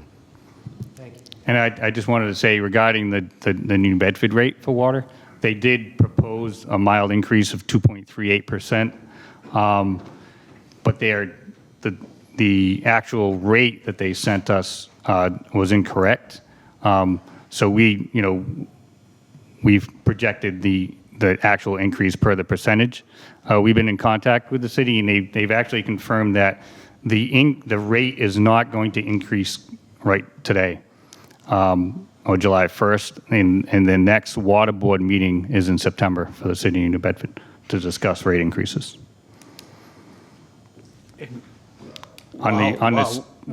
That's for the water. So for the sewer side, they had a nominal increase of 2.38%, and that they sent us in March. I just received today an updated increase for the sewer for 11.2%. So. While we're on the water, can you give us a quick update on any other ancillary connections versus New Bedford? I don't know where that stands. So currently, we met with the town of Westport. They have a set of plans that were drawn up for the extension of the water main from Fall River, a 12-inch water main to the town line, not going under the culvert, not including any infrastructure to connect. So that was estimated a couple years ago at $5 million. So I would say that'd be probably closer to $6 million now, plus additional infrastructure. We've also I met with Fall River, and the city of Fall River is interested in an agreement with us, and they would discuss a drop rate. So basically, you set a threshold. Once you hit that rate, they drop the rate to something a little lower. The State Rep Markey and Senator Montigny worked on a bond bill of $1 million towards that infrastructure improvement, but we would still need, at least another $6 million. We are continuing to work on our wells in our 579 Westport Road. The 4-log system is complete, so we are pumping the Pinelli wells. We do have a couple, issues since those wells were off for a number of years. One of the well pumps is out right now. We lost a well pump, so they're going to replace that hopefully within the next week. But we are pumping from the Pinelli wells. Our E-wells are actually pumping today from all the rain that we've had over the last week and a half. So that's a good thing. We are pumping from the E-wells. That's pretty much it for now. And the damage from the wells was mostly due to lightning strike, correct? Damage this winter was from the blizzard. It actually broke a telephone pole at the 299 facility, and it surged everything. So actually, our F well's currently off, waiting for a transformer that's scheduled to be delivered in August. Yeah. I noticed Mr. Gagne had suggested surge protection for certain buildings. Absolutely. Where are we on that? Yeah. So we're working with our electricians on all this infrastructure upgrade, and we're talking with them for surge protection as well for all that new infrastructure that they're installing. So Mr. Silva? if we were to pursue this idea of connecting to Fall River at the tune of $5, maybe $6 million, depending on if a bond bill gets pushed through, that would be something that I imagine we would have to go to debt, debt service, we couldn't fund that with retained earnings. I think if Westport is interested, we had some discussions with them. It sounds like Fall River is interested. With that, we may be able to look at some regional grant funding to create some, the idea of like a regional water district, you'd call it, and we could get significant grant funding. Particularly, we have a number of affordable units coming in, and the state loves to see affordable housing, support of affordable housing. So our next step, the MassWorks grants open up again in the fall, I believe it is. We would look to pursue another MassWorks grant, see what we could get from funding there, and then maybe work with our legislators to try to get some more funding through the economic development bills, the state budget, so on and so forth. And then last resort would be, we would have to really do a cost-benefit analysis in a payback period of, if what our cost would be, how long would it take us to get our money back? And is that the best place to put it? Or do we, because we're also going to be doing a sourcing study to look at expanding our own sourcing, is the money better spent there? I don't have the answer. These are just things we would need to analyze before we dump, I'd say, millions of dollars into another interconnection. All right. And we also need to know exactly what are we going to be charged? If it's exorbitant, if it's not better than the rate we have with New Bedford, then we don't want to entertain the ultimate expense of doing it. Yeah, if we can do it for no cost or minimal cost, it's never a bad idea to have more redundancy in the system. And Tim and I have talked about that. And we But it can all get depends, from both. Yeah, what the cost would be. Yeah. Absolutely. No, I agree with that, and I think the residential rates for New Bedford and Fall River are pretty similar. So it's basically the percentage over that they would charge us. All right. No good news. What, we haven't finished, though. No, we're still talk about sewer. So the last thing I'll say about water is, in Gary and I's analysis, the 7.5% is really what we need to bring in additional revenue from the rates. What we didn't do, and what would be more on DPW and the business manager, would be to determine, is there a better structure for us to be charging? Should we be charging commercial, high volume commercial users at a higher rate to help offset that cost?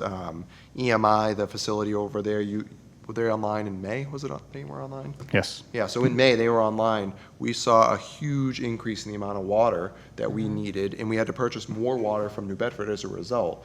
So that's something I think we need to look to in the future, and that may help us offset some of the residential impact, right? Because we're just saying we need a 7.5% increase overall. If we look at structure in the future, and we're charging for a higher rate for those high volume users, that may help to alleviate the average residential user. So that, I just want to make that known. That does not take any new structure or revised structure into account. It's strictly, if you take our existing structure today, we need an additional 7.5% to cover our expenses and build in a little bit of a buffer. Okay.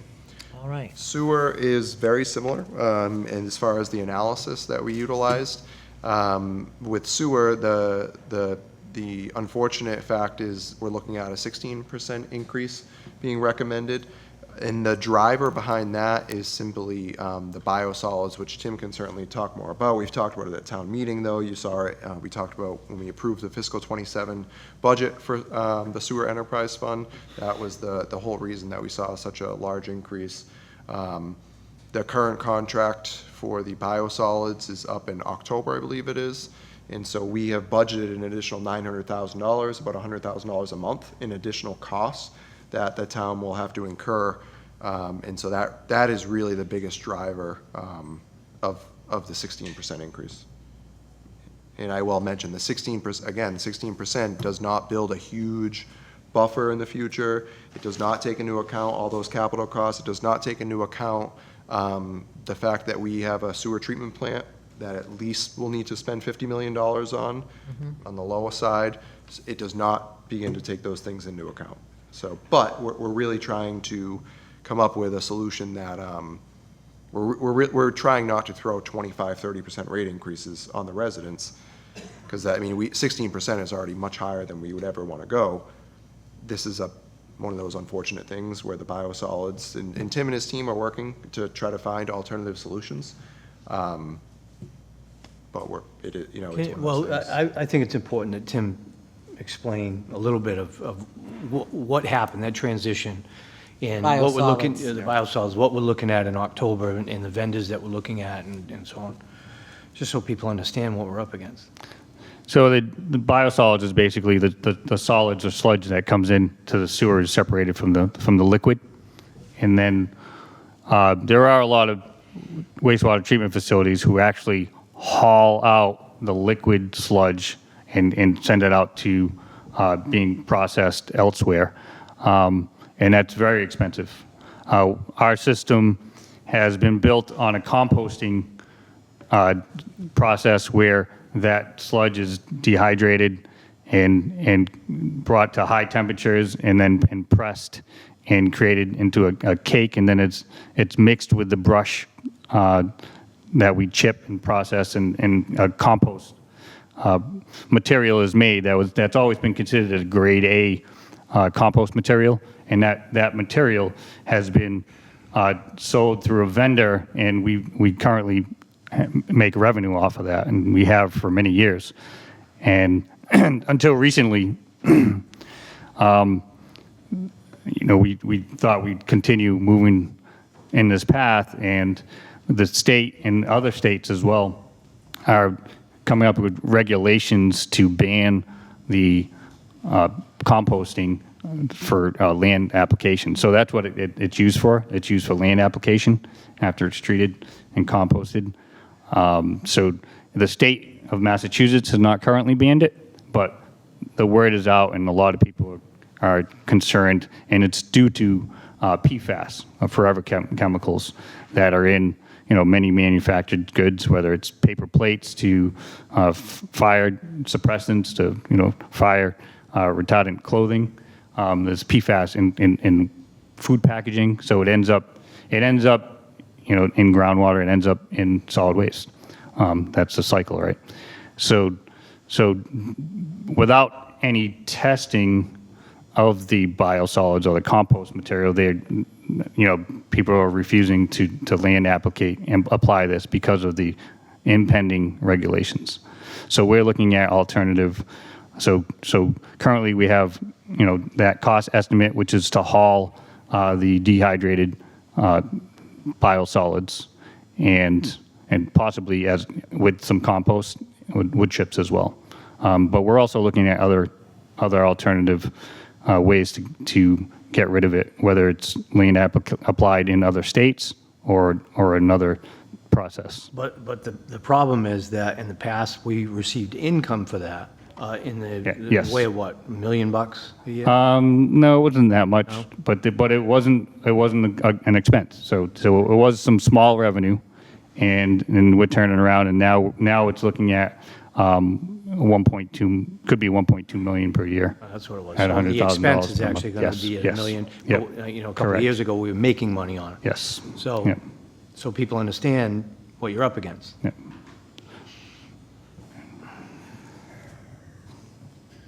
Okay. There's a phrase here that can't be said. Good news here. Oh, good news, yeah.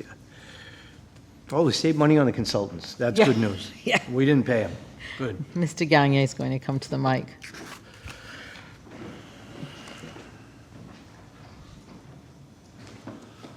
Good evening, Madam Chair. I think you did make it quite clear there is no good news.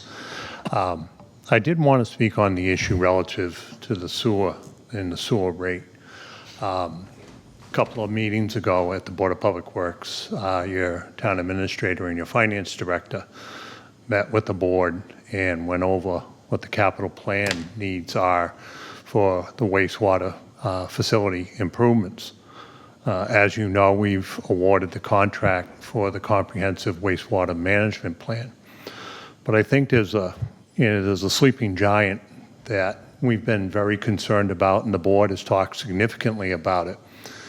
And we've made comments to the Zoning Board of Appeals, and that is how the additional, we have calculated 1,400 total units will be coming on and will be connected to the wastewater treatment plant.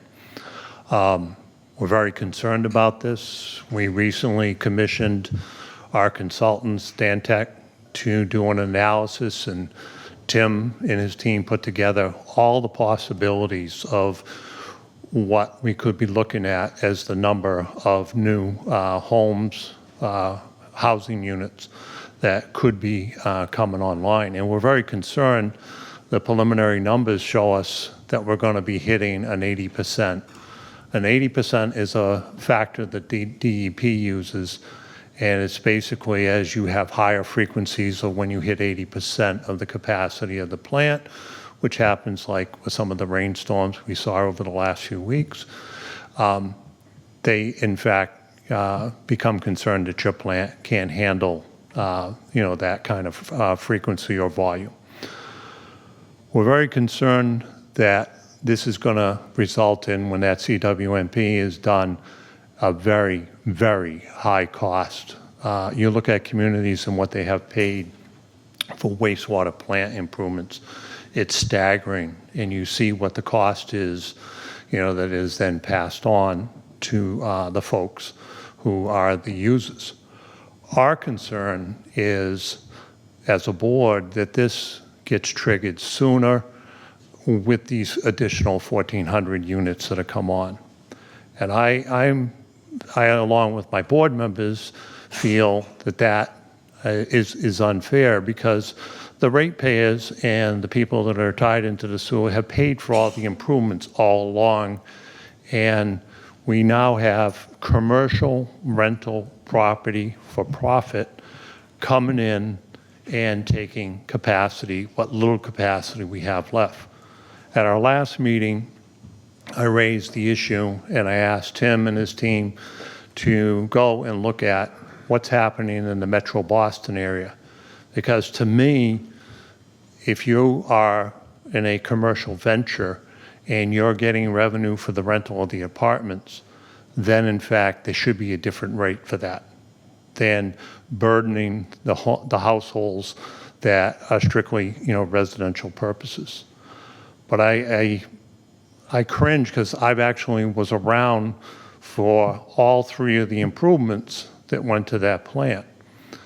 One of the improvements, the major improvement, which was done when the House of Correction was built, was paid totally by the Commonwealth of Massachusetts by an agreement that Bill Mosher, Roger Tugas, and Biff McLean worked out with Sheriff Bobrowski and the office in Boston, that they would pay for those improvements and the connection there.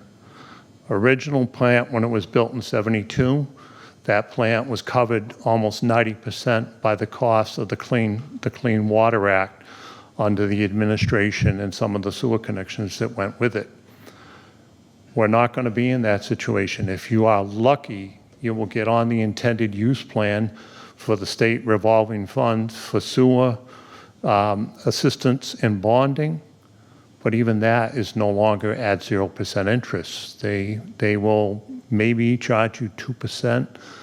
There will be benefits in that they will give you funding during the construction at no interest, so you won't have to do any short-term borrowing.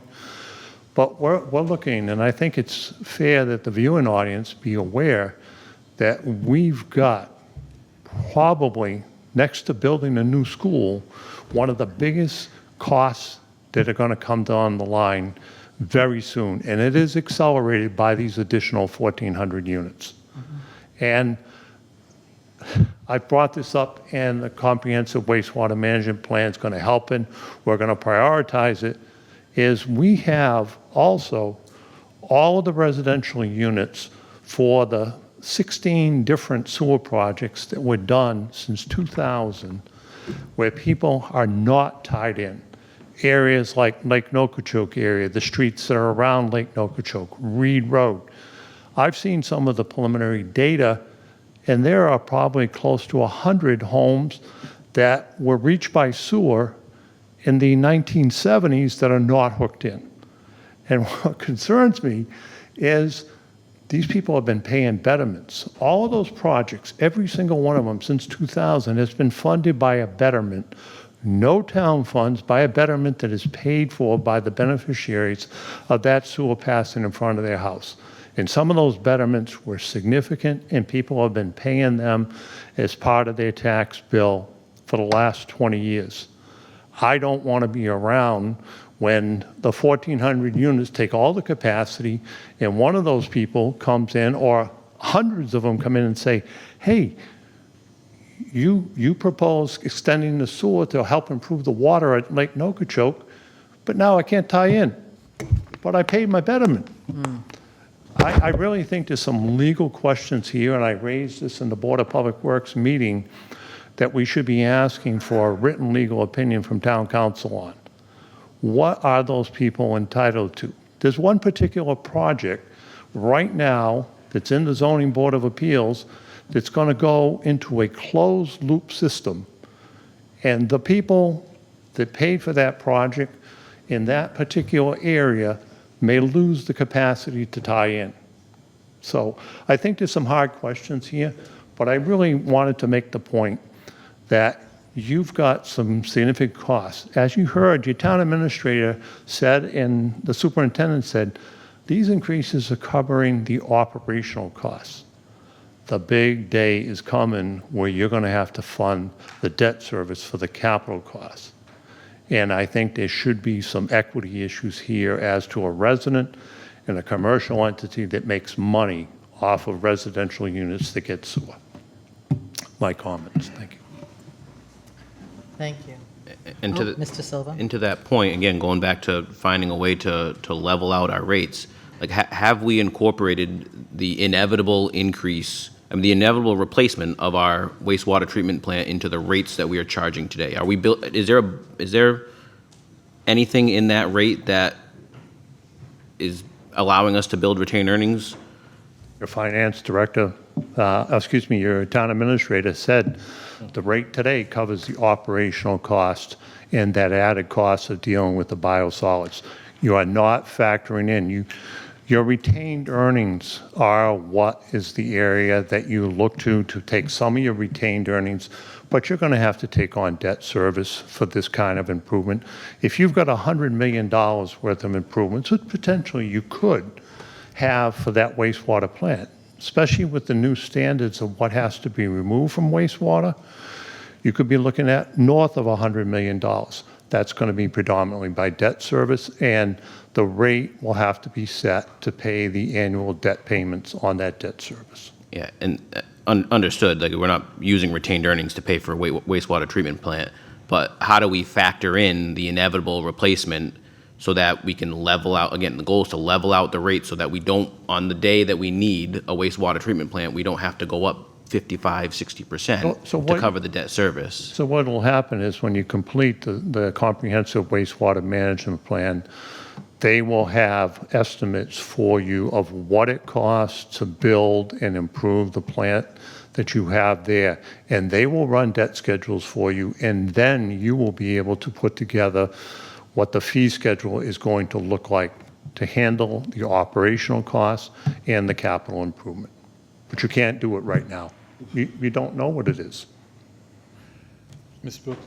Yes, Mr. Talbot. I think the, Mike, talking pure experience, yes, a lot of knowledge you're giving to us, but I think that the report we're going to hear in a little while regarding regarding housing and population and long-term planning and infrastructure all points to one thing for us, which is long-range planning and how we do it. And the time has come as we keep going forward, whether it be debt service or whatever it is, we're going to face that. And I think that it's no surprise now that that we're facing it. The time has come to put these things, these projects into a marching order, so we can then plan how we're going to pay for it and what the plan's going to be. Which I think, which is you're saying, Mike.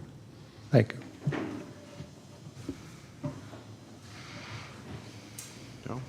All right. Well, Mr. Alme, did you? I have two more items. Should have brought my pajamas. Yeah, if we're done, I'd like to have Tim go to the next item of retirement. Oh, yes. Before Tim goes there, I just want to make a short comment. The people who are hired into public service, particularly those who come in with without a lot of experience and stay 30, 40 years, they're the backbone of how these services get delivered. So I just want to make that comment, and all of the guys out there that have been a long time and who plan on staying a long time, bless you. Thank you. Mr. Barber. This is good news for somebody here tonight. Yeah. We do have somebody that's happy. Especially with the news we just discussed. Exactly. So Mark Phaneuf is here tonight with us. Mark has worked for the DPW and Water Pollution Control Division for over 32 years, starting as an assistant treatment plant operator in 1994. Through the years, Mark showed his dedication and hard work, advancing to a treatment plant operator, to the chief treatment plant operator, and in 2024, Mark was promoted to the assistant superintendent in the Water Pollution Control Division. Mark has an abundance of knowledge of the treatment facility and infrastructure, has been very instrumental in keeping the old plant running as well as it has. He works well with all of his staff, and Mark will definitely be missed as he's been a staple at the facility. And we want to wish Mark all the joy, good health, and fulfillment in your retirement. Just keep his number handy. Congratulations.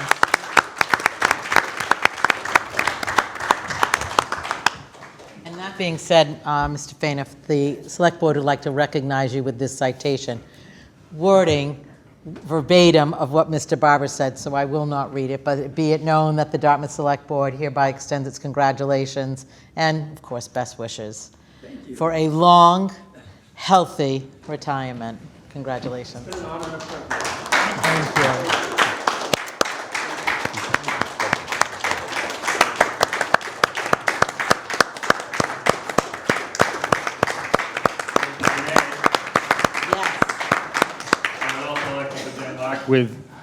From the Board of Public Works and the DPW for your excellent service for 32 years and your dedication and hard work.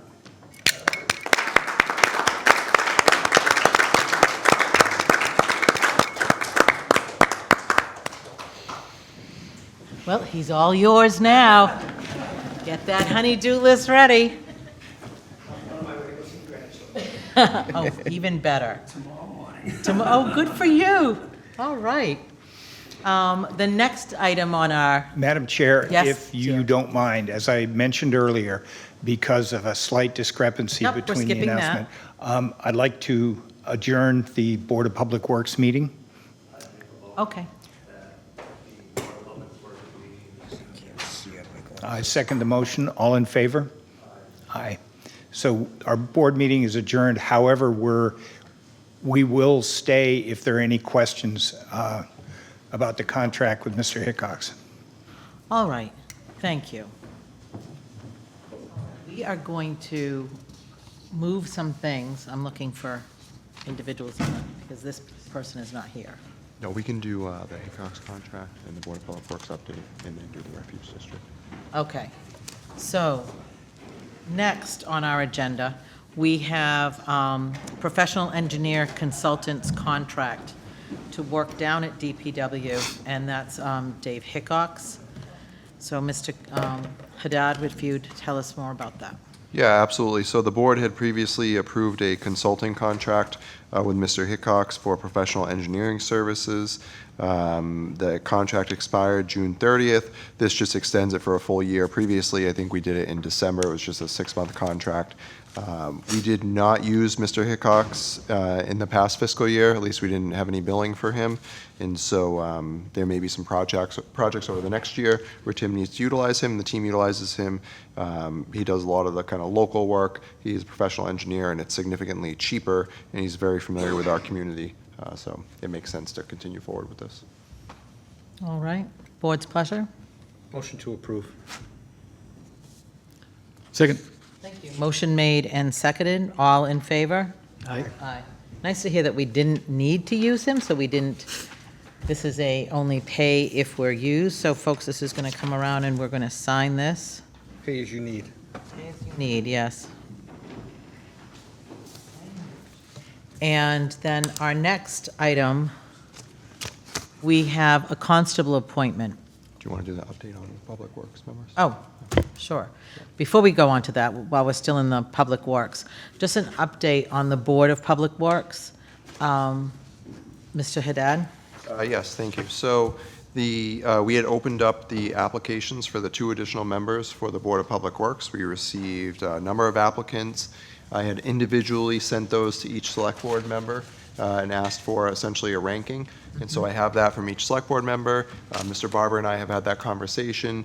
And the Board of Public Works will be meeting with a number of those applicants at their next meeting, I believe, or at least a meeting later this month. And then we would hope to have a few of those applicants before the select board for review and your selection at the August 3rd meeting. So we're working through the process. We had a number of applicants. We actually had more than we expected. I think we had 12 or 13 individuals apply, which is great. And so it took a little bit more time. We had to work through them and allow everyone to review. But we're right on the right path, and they should be back before you after they've had a chance to go through the Board of Public Works and get their thoughts and feedback, and have a full 5-member board after your August 3rd meeting. Thank you. And that will help them and us moving along. All right. Madam Chair, just a couple. Yes, dear. A couple more things with DPW now, since we're all here together. Since I've started following things in town, which is relatively recent, admittedly, there's been a handful of things that just seem to always be on the list of things to do. The comprehensive wastewater treatment plan is one of them. The efficiency study is another one. The latest one is the emergency disposal in the event of a catastrophe.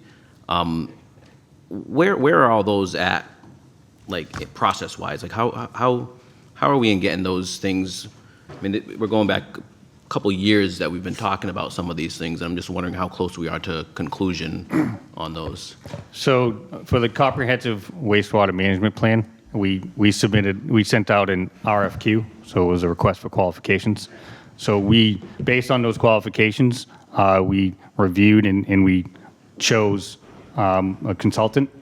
And after that was that process, we entered into the scope and fee process. So last week, they submitted their scope and fee. So now we have our scope and fee. We're reviewing that to move forward towards a notice to proceed. And what about like the efficiency study? So and the other- efficiency study- And I guess my point is, Yeah. what I would like to see is just sort of picking up the pace to finish these things that have been discussed for years. And at least the efficiency study and the comprehensive wastewater management plan seem like they've been on the list for quite some time. And I would love to see them be done so we can see the results of the efficiency study and the wastewater treatment plan. The initial phase of the efficiency study was started right after the rate study with a consultant. And then we chose not to move forward with the second phase of that efficiency study and we got proposals from other consultants for that efficiency study. It looks like the cost is around $60,000 for efficiency study from multiple consultants. So during that time, we were working with the town administrator to add a business manager position to the DPW. The business manager started a couple weeks ago, and we're working bringing her up to speed, and we should be looking at coming up with the efficiency study in the near future. The debris management plan, we've been working with the refuse district on a debris management plan, and we worked on it last fall, and when we held off through the winter, and we're looking to move forward with the emergency management and back to moving with the district for continuing that study. And we also have the state also has a debris management plan that we can also adopt, and that's where we are now.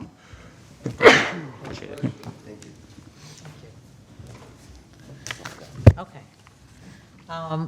Next, we're going to appoint a constables, and we have Heather Roy, if Heather is here. Awesome. All right, so Heather, your information is in our packet, and you're new to becoming a local constable because you have since retired from the military. On the 27th. All right, good for you. Congratulations. Which branch? I'm active duty National Guard. Oh, awesome, awesome. All right, so this is your first foray into constable services, right? Okay. I see that you've gone through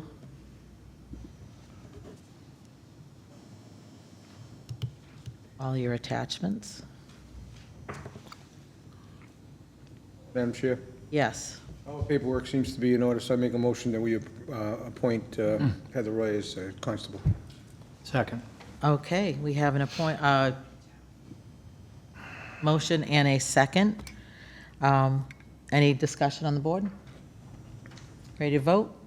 All in favor? Aye. Aye. All right. Good luck. From here Bless to speaking to the chief. Yes. Good to you. All right. Thank you all. Have a Thank great you. evening.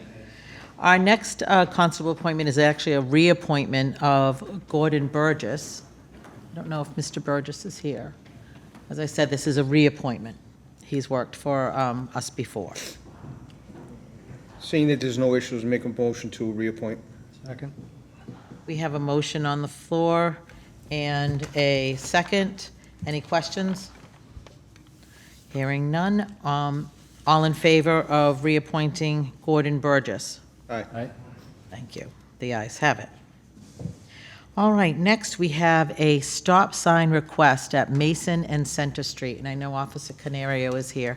Do we also have the folks who Mr. Barber's live in also that? here. For, Okay, Mr. Barber. Okay, I wasn't sure if he was going to the microphone. All right, Mr. Barber. So we received a request for a stop sign at the intersection of Mason and Center Street. This was after a motor vehicle accident. So we worked with Dartmouth Traffic Safety to look at the intersection. We looked at the intersection, felt that it has some sight distance issues, some overgrown, as a lot of these intersections years ago didn't have stop signs, and then you look at them now, and with the speeds, a lot of drivers, aren't paying attention 100%. And then we have trees that overgrow and bushes, and it reduces some of the sight distances, and you have accidents. So we were requested to take a look at the intersection, and like I said, Dartmouth Traffic Safety went out and looked at it as well, and we've both recommended that the stop signs be in place on Mason Street, on both sides of Mason Street coming into the Center Street. Based upon the recommendation from Right. the DPW and And- Officer Canario, make a motion to approve. Thank you. Motion made and seconded. Fix the intersection, but you can't fix stupid. Nope, we got plenty of that. All right, all in favor? Aye. Aye. Thank you. Thank you very much. Thank you for waiting for us. Next, we have a temporary sign permit request from Spirit Halloween. Is there someone here to represent Spirit Halloween? God, I hope not. No, this is just an annual thing. I thought you were standing up. This is pretty straightforward. In the past, I noticed they didn't go to the board, but they really should go to the board. There was one Scrivener's error in your packet that it was listed as a residential property. It doesn't change the permitting process, and we've updated it in OpenGov. That's just how they applied, but this is straightforward. I also saw that there was a place where, I have my notes. They asked for it to be July to the end of October on page 66. But then on page 67, it says July to mid-January, which if they then become, as they have in the past, Spirit Christmas, that is what happens. They change. So is it possible that we have Spirit of Halloween / Spirit of Christmas as one request? Or will they come back to change it over? It could be. I mean, This is what they do. I mean, as soon as, the week after Halloween, those pods come into the parking lot. Right. They pack them, they go, and the next week after that, the pods for Christmas show up. I mean, Which, it's a since- gypsy business, and boy, I tell you, they do it perfect.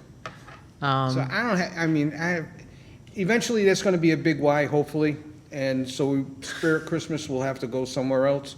So I'll make a motion to approve. Second. Okay, we have a motion and a second. All in favor of the sign, not necessarily the business, the sign for Spirit Halloween, say aye. Aye. Aye, excellent. And find out if they come before us again for Spirit Christmas.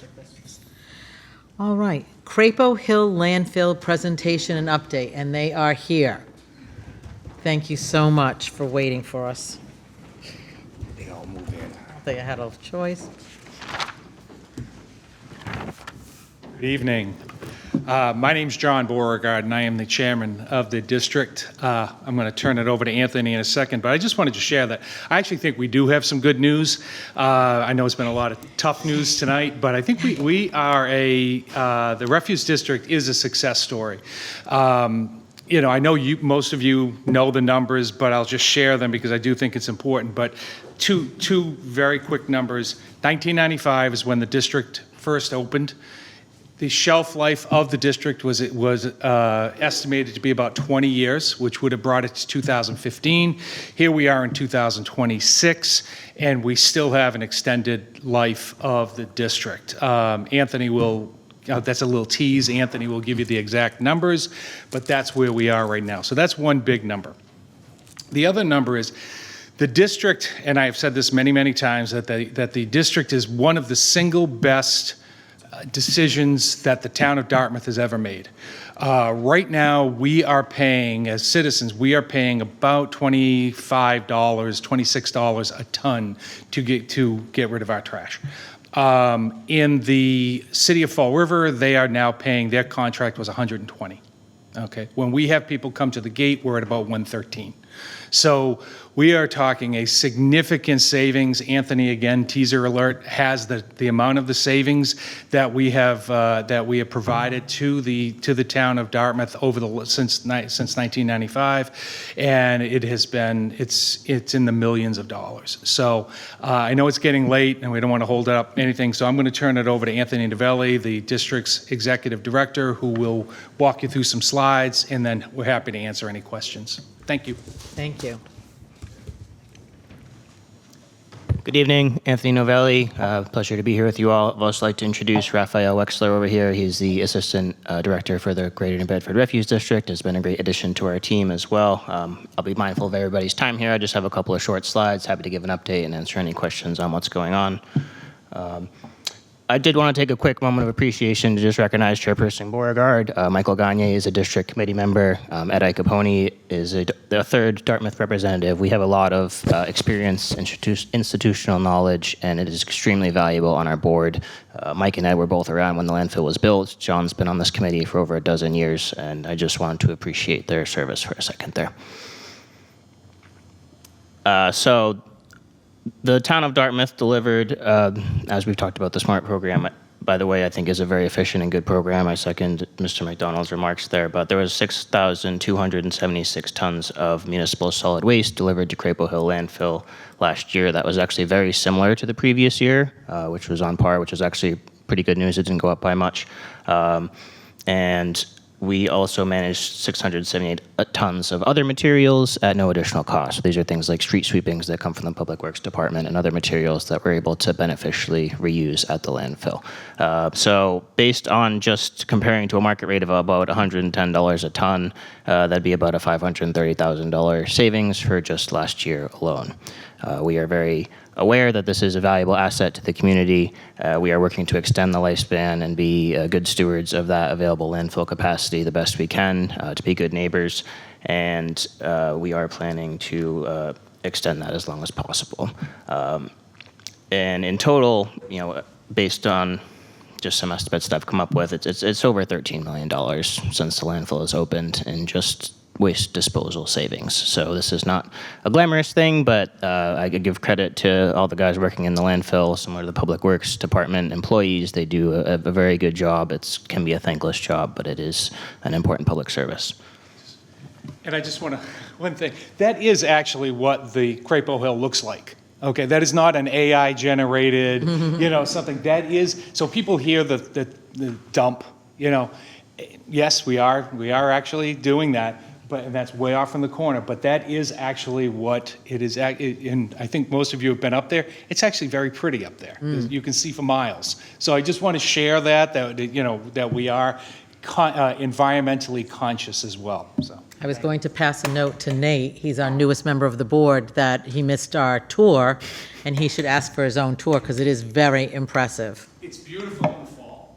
I would not come in the dead of winter, but to Mr. Silva and to anyone else in the town, we do welcome tours of the landfill. We're happy to talk about what's going on up there. And yes, that front part was the capped area that was open in 1995. That has been fully capped, and in the back we're operating there. So I'm happy to answer questions, but I'll try and be mindful of everyone's time here.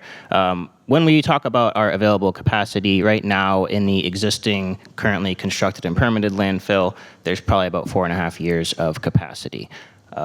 We are currently working to permit an additional landfill cell. It is being reviewed by the Mass DEP right now. We are expecting a decision in the coming weeks to a month where they issue a draft permit decision.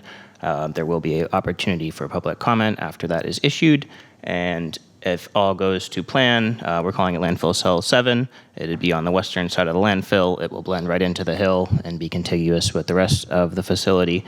Should provide at least 7 years of additional landfill capacity and be able to keep extending these benefits to the town.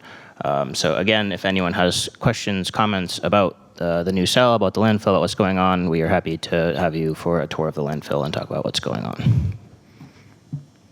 I also would like to highlight that we have an excellent resource in our waste reduction and recycling department. Some people in the town may be familiar with Marissa Perez-Dormitzer and Meg Hebert, our 2 full-time staff. They are dedicated to recycling, waste reduction, composting, and reducing waste. If you talk about 2 people that really live the mantra more than just doing it at work, they are outstanding excellent resources. I recently talked to Marissa, who works tirelessly on a lot of different grant funding. We work closely with Tim and the Department of Public Works on the recycling and waste reduction programs, and even just in the EP funding for the waste reduction programs, it's been about $650,000 from Mass DEP to the town of Dartmouth since 2012. So always looking for grant opportunities, ways to both reduce waste and save money for our residents. We do host household hazardous waste collection events that the district funds. We like to make residents aware of that. Please do not put hazardous waste in the trash and send it to the landfill. It is very important. These events are free to Dartmouth and New Bedford residents, and the next one is on August 29th. And before you leave that slide, I just want to give a shout out to Tim Barber, who talked to Dina St. Pierre about the grant program that you offer to towns that you work with, which funded our Library of Things. So The thank Library you of for Things that. has been a great partnership. Dina's been great to work with. Yes, and that's been a great opportunity to reuse things for people to visit the library and check out items and rent them similar to a book instead of buying something Being and things throwing out it of the away. landfill. So we are always looking for creative opportunities to reduce waste. We're happy to talk with anyone that has any ideas and wants to talk about waste reduction and recycling. A big push is always on food waste and composting. We know that organic waste represents a significant portion of the waste stream, and it's something that we do have an opportunity to manage better. The food waste drop-off program at the Dartmouth Transfer Station has been very successful. It's continuing to grow. We appreciate everybody that is participating in that and separating their food waste and not sending it to the landfill.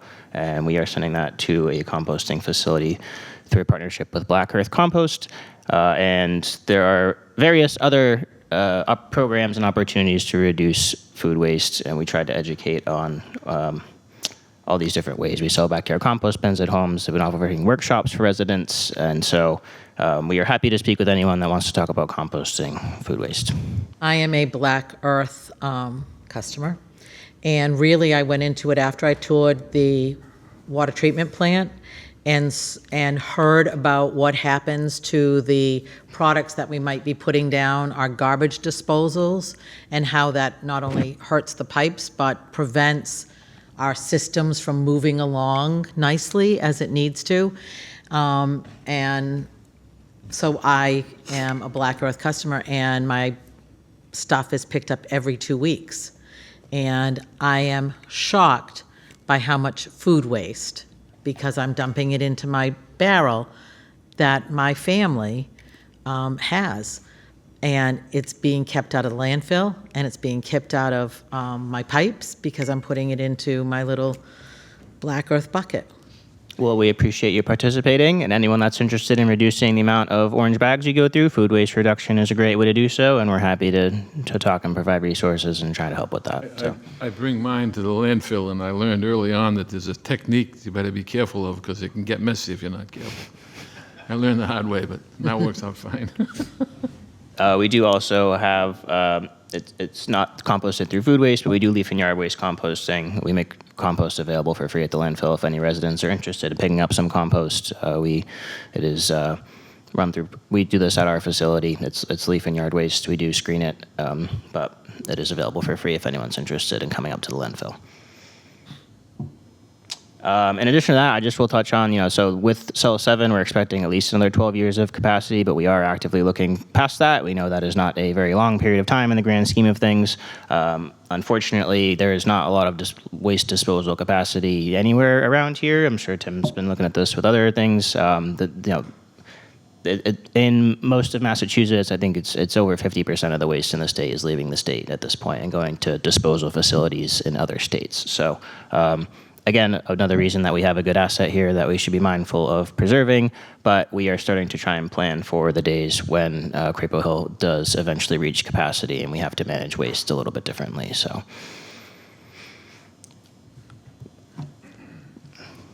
You've talked about in the past that balance between taking in a certain amount of commercial trash because you need the revenue versus not taking up space. How's that work out? Does it change much, or is it still? We have continued every year to reduce the non-member waste. The $25 a ton that we're charging to the town is not the full cost of operating the landfill by any means. We are looking at other ways to try and generate revenue, but I think I'm expecting fiscal '27 will be the lowest amount of total waste we've accepted, at least since I've been here, or since I've been able to find. So we are reducing that as much as we can. We're trying to do more with less, to as much as we can, and the committee's been very committed to that, trying to maintain a very low assessment, while also preserving the capacity for the long term. Because as it is $25 a ton right now, by the time this is closed, the waste disposal rates are easily going to be over $150, probably closer to $200 a ton that you're going to end up paying. So. To send it quite far away, and so people are aware it's going. Waste is going all the way to Ohio, Alabama. It's traveling across the country before it's reaching a final destination. So there's quite the systems in place to actually dispose of solid waste. I have a question. Mr. Silva. So cell 7, what's the likelihood of that getting permitted in like, is it like a 100% or 50%, or is there a risk that it might not happen? We've gone through technical comments with Mass DEP. They haven't identified any significant issues. We're doing everything according to the regulations of how to build a new landfill cell. I wouldn't say 100%, but I'm pretty confident that it will go through. And is there any potential for a cell 8, or is cell 7 the end of the road? Great question. There is additional space within the Crapo Hill landfill's site assigned footprint without leaving the site assignment. As soon as we get cell 7 up and running, we will be looking into if we can do that. There's additional capacity in our site assigned area. There's additional capacity in what the landfill's permanent footprint was when it was first constructed. It becomes more of a constraint of site configuration, some wetlands on site, and how we can actually build that site. So there is a potential for something beyond cell 7, and we will be visiting that once we get through the permitting process of cell 7. I think what goes through my head is just, you've heard me beating a dead horse at this point, but being able to forecast at some point in time, the Crapo Hill landfill will go away. We will not have that option. And how long in advance do we, as a town, need to start planning for that inevitability, right? It will happen one day. And how far in advance, how many years in advance should we start increasing our rates a little bit so that we are building capacity so we can taper off that effect? Because to go from $25 a ton to $250 a ton in 15 years is going to be a shock at that moment in time. And I'd rather have that spread out over many years than all hit at the same time. You know what I mean? So I guess just keep us posted on, right now it seems like 7 is a possibility, which would get us another 15 years. I don't think we need to start planning today for something 15 years down the line, but just something as a community we need to keep an eye on. We have started, we're already looking at this, we're looking ahead. I give credit to our committee. It is a balance, trying to keep that $25 a ton, but also not wanting that sticker shock at the end. There's a balancing act there, but these are things we are actively looking at already, and we'll be looking to extend that landfill capacity as long as we can, so. Sounds good. Thank you. Are there any other questions? Do you guys like talking about trash? I can be here all night. As you said, this is good news, so. I like it, Ben. I think that was the last slide. Was there anything else? Yeah. That was it. Okay. Thank you. Thank you all for your time. John? I just want to say another category of even more good news. We are looking at, we're not ready to bring this to the board yet, but we're looking at some very significant projects, programs that could be a huge differential for the refuse district. Okay. The good news, that's one piece of good news or potential good news. I think the other thing somebody mentioned about working with New Bedford, and we are actually meeting with New Bedford on a very regular basis. Tim's in those meetings, the team is in the meeting, along with representatives from the city. The city makes up 85% of the refuse district, so we can't do anything without them. We're the annoying little stepbrother over here, but they are actively at the table. They're engaged in what we are looking to do. They're interested in it, and if it works, it could potentially be a game changer for years to come. So, you mean, John, like improving their recycling style? That's a small. That's a part of it, yeah. But this is Okay. Yeah, 'Cause whole other. They can't do a whole lot about how they collect recycling. They're in a very difficult position, I will say. From their side, it's a tough call for them. But we're looking at other methods I and think it's wholly unfair, Madam Chair, that he come here and give us. it's a tease for the next meeting. I know, and now we're guessing, what could it possibly be We'll see. within legal limits? We have some other ideas. Well, thank you very much. This was all good news and good, we'll hear from you as you progress with the Cell 7. Excellent. Thank you so much. Yeah, visit Thank in you the- for in the waiting fall. for us. All right, and next on the hit parade, we have the Housing Production Plan presentation. All right, time to wake up. It's your turn. Welcome. Hello. All right, she's Marathon. ready to go. Here, I'm awake. And she's got good news for us, I too. have great news. All right. I have a tiny laptop that's going to fit awkwardly, and I'm a tiny person, so we're going to make this work. Good evening, folks.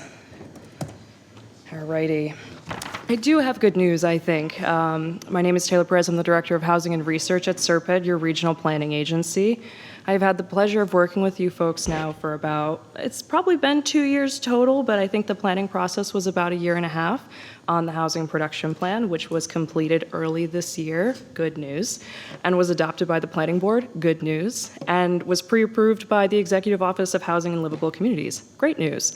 So ultimately, what I am here to do tonight for you folks, and again, just as the district just said prior, I don't want to take up too much time if it's not necessary, but happy to answer questions, is to essentially talk you folks through local adoption, what that means. I'm happy to give an overview of the plan if you feel that is beneficial, and just, get this in its lifespan, get its lifespan started. So ultimately, what happened over the past 1.5 years is we formed a stakeholder committee of which Mr. O'Neill was a part of and very helpful. Thank you so much for your participation. So we had 7 folks on that committee that we met with, I believe, 5 or 6 times over the course of 1.5 years. We conducted a public outreach survey, which received 411 responses, which is within that lovely 95% confidence interval that we want to see for surveys. So again, great news. We held 2 tabling events at the Council on Aging and the Dartmouth Little League last summer. And ultimately, we produced 4 goals and 8 strategies for you folks to, pursue at your own leisure over the next 5 years. And so those goals, I'll read them really quick. Support infrastructure upgrades and expansions to enable housing development, which seems, topical considering the conversations tonight. Implement zoning changes that enable the creation of new affordable and missing middle housing choices. Create new and expand existing programs to support production, preservation, and overall housing stock stability. And Goal D, which appears in every housing production plan that we write, continue to produce SHI-eligible units to achieve the Commonwealth's required amount and support communities in need, which I believe you folks probably, if not have already achieved, will be achieving very soon. And so 8 strategies complement that, exploring opportunities to upgrade and expand key infrastructure across town, clearly, again, very topical. Establish a mixed-use overlay district to provide for additional housing opportunities. Evaluate the Zone 3 aquifer requirements for potential reforms. Pursue funding opportunities and programming to bolster the Community Preservation Committee and Housing Trust existing resources. Create a Chapter 40Y starter home zoning district. Review the town's existing zoning to establish an inclusionary housing component for age-restricted units. Prepare to negotiate expiring use deed restrictions into perpetuity. And lastly, again, something that appears in every housing production plan, and given that you folks are approaching 10%, really probably won't have to do, collaborate with proactive housing developers and the state to create SHI-eligible units on town and state-owned land. And so, again, why I'm here tonight really is to answer any good questions you folks might have about the plan, but essentially for a housing production plan, to enable the five-year lifespan and officially have it state approved, it must be locally adopted by both the planning and the select boards. And so, again, like I said, the planning board and I worked closely to incorporate their edits. We went through pre-approval with the OHLC to ensure that they did not have any edits for us, and now, ultimately, we are here tonight to look for your adoption. And I know Dan was here earlier, but I think he had to run to a 7 meeting. But he was, worked very closely with me in this process, and I appreciate his contributions. So, ultimately, just here to answer questions and again give good news, hopefully. Well, I'm going to put Chris on the spot. Chris O'Neill was our representative. on the spot. You were great. You were great. It's Well, that totally was, fine. and I do remember myself filling out this survey, and at the time when we were filling out this survey, the 40B projects that have come sort of in the pipeline were sort of unknowns. And so that's changed somewhat Right. of what we're looking at. At the time, I'm not even sure that 40Y had been adopted. I think it was statutory, but there were no regulations at the time. So the regulations were finalized this year. So now it's actually something you could do. Yeah, it's real. As a plug, I guess, we, SERPED, for our regional community One Stop for Growth application, submitted to work on producing starter home zoning, which would include 40Y. So I've been in conversations with Dan that if we do get that, when we find out in the fall, we would love to help you folks out with that, if at that time it's still something you're interested in doing. But it is a thing now. It is a thing. It is a thing. Mr. Brooks? Oh, sorry. Go ahead, Mr. Tattelbaum. You got somebody else? No, I was waiting for Chris. That's okay. Go ahead, Mr. Tattelbaum. You okay, Chris? Yeah, I'm fine. So what I think I'm hearing from this report, our population is dropping and will continue. According to Our school UMass population Donahue. is dropping pretty dramatically and will continue. Although he did say there's a chance because of Route 6, the population may spike, but probably not. Right. Okay. And we have infrastructure issues that are gigantic, which you heard all night long. Right. And you were right on target with all the stuff that's facing us. So, and then you're recommending, highly recommending, it seems, certain things that we can do to make living here more affordable for certain groups, especially Right. young families and seniors. And you seem to indicate in the survey, it said that most people want to do something like that. Right. There's great support in town. Was Right. that? Yeah. Well, let me rephrase. That's a question. Yeah, of course. Is there great support in town to do these kinds of recommendations, which would be cluster houses or whatever? And could you characterize that as to where people you think they stand on terms of what we should do? Sure. So I wish I had this on the screen. I'm sorry, I don't. I have a presentation that we gave to the stakeholder committee. It was our third presentation, I think, or at least it was the one where we had finalized the survey results. And so what we like to do on those surveys is not only do we try and gauge, are you concerned about affordability? What types of housing do you think are missing? Which, of course, senior usually comes up. Small units, like you mentioned, come up a lot and did here. And then we try and ask, okay, given these, concerns, what would you be interested in doing in town? So right here I have in front of me the responses from the survey once it was completed about small houses. So again, thinking starter homes, cape-ish bungalow cottage. And so most of these have very high approval rates. The way we structure it is you go from either strongly approve, neutral, disapprove, strongly disapprove, and then not sure. And so for cottage, cape-ish, and bungalow, which again are all, if you can imagine, just very small, 1 to 1.5 story, small lot homes, we're seeing approval rates for strongly approve and approve over 60% easily, almost 80 in the instance of cottages. And we can't do that now because of zoning restrictions? Right. Or just there's no market for it? It's more so zoning, and it usually is the case in many of our communities where, the lot size that is the minimum, and again, I think you folks have a much more diverse zoning code than some of our other communities. But typically, if you're looking, for example, I think of my house, which was a true starter home, is a 5,000 square foot lot. It's, 1,100 square feet in size, 1 story. So trying to think about homes of that nature and where you can enable them. And so getting into some of the perceptions around senior housing and cottage cluster, I have that here in front of me.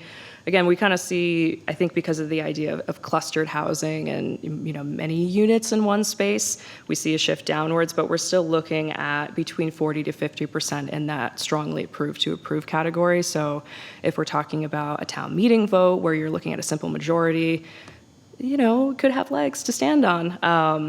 And that's the same for senior housing as well, which I'm coming down to, where again, cottages in particular are very strongly supported. I'm looking at about probably 70-ish% strongly approved to approve. But there is this strong sentiment that also says it's a small town, leave it alone, why do we need more people? Of course, right. And that's the danger that if it ever came to a vote like that, in your view? Yeah, I mean, again, I think this is not unique to Dartmouth. It's in any community. As someone who's done a lot of housing production plans now in my time at SERPED, I have seen a myriad of responses on these surveys, which are all structured very similarly in nature. Again, are you concerned about affordability? And then what would you support in town? This one made me feel really good. So again, more good news. I think there was a lot of support for some of these interventions, and again, in a 411 responses, which might not sound like a lot when you say it out loud, but it was our most responded to housing production plan survey to date. So I would like to believe that there is support. And you always run the risk with any sort of major or even minor change, and especially with zoning, that, there will be, a vocal group who is opposed to it, that, who's to say. But having something like a housing production plan and having done the work, and again, having folks who might be like, oh, I took that survey, I remember having this engagement, I remember hearing about this, sometimes can help, again, build momentum. But ultimately, yeah, there's always a risk associated with it. Based on these results, there could be some strong sentiment to support these kinds of... I think so. Okay. Yes, Thank you, Ms. of Brooks. course. So that being said, though, as I said, prior to these 3 40B projects, to me, it sounds like we're getting a lot of units coming online. Right. So... Yeah, I mean, again, it's always ultimately up to the town about what they want to pursue first, if at all, in their plan. Again, I think the reason we put the very first strategy as that infrastructure upgrades is because it came up time and time again throughout the process. And clearly, again, as we were discussing earlier tonight, is still coming up and will be a major issue. And so, we've worked with communities who have either been right at 10% or are either going to be over 10% by the completion of the plan, which again, you folks might be in that category very soon, if not already. What's nice about doing the proactive planning and having, an approved housing production plan and having that kind of ability to pick and choose what you want to do, since you are over 10% and now you're, in control of, what you want to permit or not, is that you can pick and choose what makes sense. And if even zoning changes feel like we're not trying to, we're getting too far in enabling new production that we might not be ready for, we've queued up, exploring infrastructure. And what's great about that is when, as Mr. Haddad referred to earlier, when you go to apply for a MassWorks in the future, you can say, hey, that was the highest priority strategy in our housing production plan. Or, you go to apply a Housing Works and you say the same thing. So again, we try to keep it across a breadth of strategies and mechanisms that don't just focus on production, but that also focus on, again, things that enable production or support the stability, again, of existing units already online. Okay, so for the viewing public at home, I want to make it clear that having a housing plan would not preclude the folks that came forth to put up 40B housing. I'm going to rephrase it so I make sure I understood it correctly. If you have a housing plan, kind of in that sense that folks can still come to you and propose 40Bs, yes. Right, until we meet our threshold. Right, and so really... Then there is more, then we have regained some level of power. Right, you But I enter want into your people, safe because there harbor. are certainly people in our town with great angst about why are we letting this happen? Of course. And it is a bit out of our control. Right, 100%. The only regulatory teeth that enable a similar outcome as to reaching 10% with a housing production plan is that if you were well under 10%, but you had a state-approved housing production plan and you were producing units at the rate of 0.5 to 1% of your required threshold, you could seek a safe harbor through certification. Again, that's only up to 2 years, and you won't need to do that here, clearly, because you are going to approach 10%, but that's for communities who, unlike Dartmouth, who are much lower at their thresholds. That's the real benefit, I think, that they see in having a plan like this. But, you know, of course, we always advocate for it because it is proactive in nature and it does do a lot more than just that. But that is the big, again, kind of regulatory teeth. I also thought that it was interesting, and I'll get to you, the information that you have, I gotta find the page so people, where it talks about the median income for Dartmouth. Right. Which I think might be interesting for some people, that our median household is $98,662. State average. No, that's the town. No, that is the state average. It's though. very close. Yeah. So I think there's a lot of people that say, that's not me. Right. And when we're looking at even the 40B that has been proposed, and people are concerned that they're going to be, they're not fully subsidized apartments. They're Right. not, Right. what is it, Section 8 apartments that are subsidized through the government. These are market rate apartments, which could be around $3,000 per unit, Right. which is not cheap. No. Yeah, I mean, We talk about a housing production plan, there are still people that say, I want to live in Dartmouth. yeah. I want to buy a house. I can't afford that rent. Right. Right. And And I certainly can't afford that rent if I eventually want to buy a house. Right, right. We hear this with every plan, and I always wish I had a better answer since they are, you know, income limits are federally set as well as rents. But it comes up nearly every time I come to a community, you know, whether we're in the middle of the plan or finalizing the plan, is these rents are affordable. And it's like, you know, legally speaking, yes. And to your point again, so that's only 25% of those units are affordable. And so what we try to do, and what I hope we've done here, and that, you know, you folks can take and move forward with in the next 5 years, is find other ways to produce some of those deeper levels of affordability. More often than not, that is either working with, you know, like a community development corporation, or it's working, again, with your community preservation committee and trying to do things that can fund the acquisition and, you know, future subsidizing of, again, these units that are more deeply affordable. But to circle back to your original point, I wish I had a better answer for it. I completely agree with you. And I'm looking at the figure on page 43, which is talking about how many folks in Dartmouth are actually eligible for subsidized units. And for renters, that's, you know, 60, 70%. So it's always one of those situations where the need is there, it's very clear, and how do you kind of approach that? And that can be, again, through things like having your inclusionary zoning component, which I know is big with the stakeholder committee, you know, enabling better programming, or more, you know, structured programming like buy downs or homeowners assistance, all of those types of things that, again, are more programmatic in nature and can help make at least the access and the opportunity to get an affordable housing situation, whether that's market rate or subsidized, accessible. Separate from the 40Bs, yes, the houses that I've seen being built in Dartmouth by contractors, developers, who are not building necessarily specific homes, but spec houses to sell, are certainly not building what we would consider affordable or as starter homes in the size that you're discussing. Right.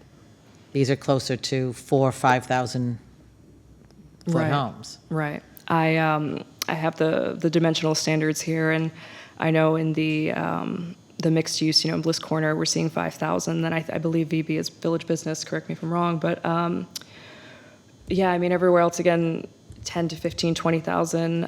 One for 6,000, you know, minimum lot size again, and that's not just enabling a minimum lot size that's small is not enough. I live in a community where that is the standard minimum lot size, and I'm still seeing homes that are, you know, 2,000 square feet or more, or 2.5 stories, because the zoning allows it, and builders will build to the maximum that they can because they're trying to maximize their profit, to your point. So it's not lost on me that zoning is not the only way to do this, but it is oftentimes, I think, one of the first things we try and think about as to, is this enabling the outcome we want, or is it enabling, that kind of much larger, large lot, big setback, large lawn development that can often have a lot of mixed externalities, good and bad, right? I'm going to let someone else speak. Mr. Silva, you had a question or a Yeah, I comment? think in reading through the plan, my biggest concern was around strategy 7. It's forecasting that 328 units will fall off of our affordable housing list over the course of the next 15 years, with at least 4 dropping off this year, Right. and then the first significant chunk in about 6 years. Mhm. To me, it's listed as a medium priority Right. on our, to me, that should be a pretty high priority, because Right. our infrastructure can already handle these 328 units Right. that are factored in, and if we lose those off of our affordable housing components, where does that put us on the 10%, right? We're gonna be above 10% if all these 40Bs go forward.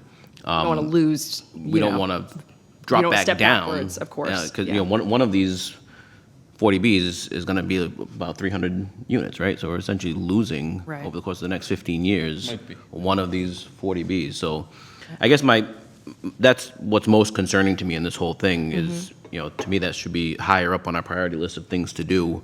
And then I guess, and I don't know who could do this, like, I would be interested in a study of that showing, forecasting our affordable housing into the future, forecasting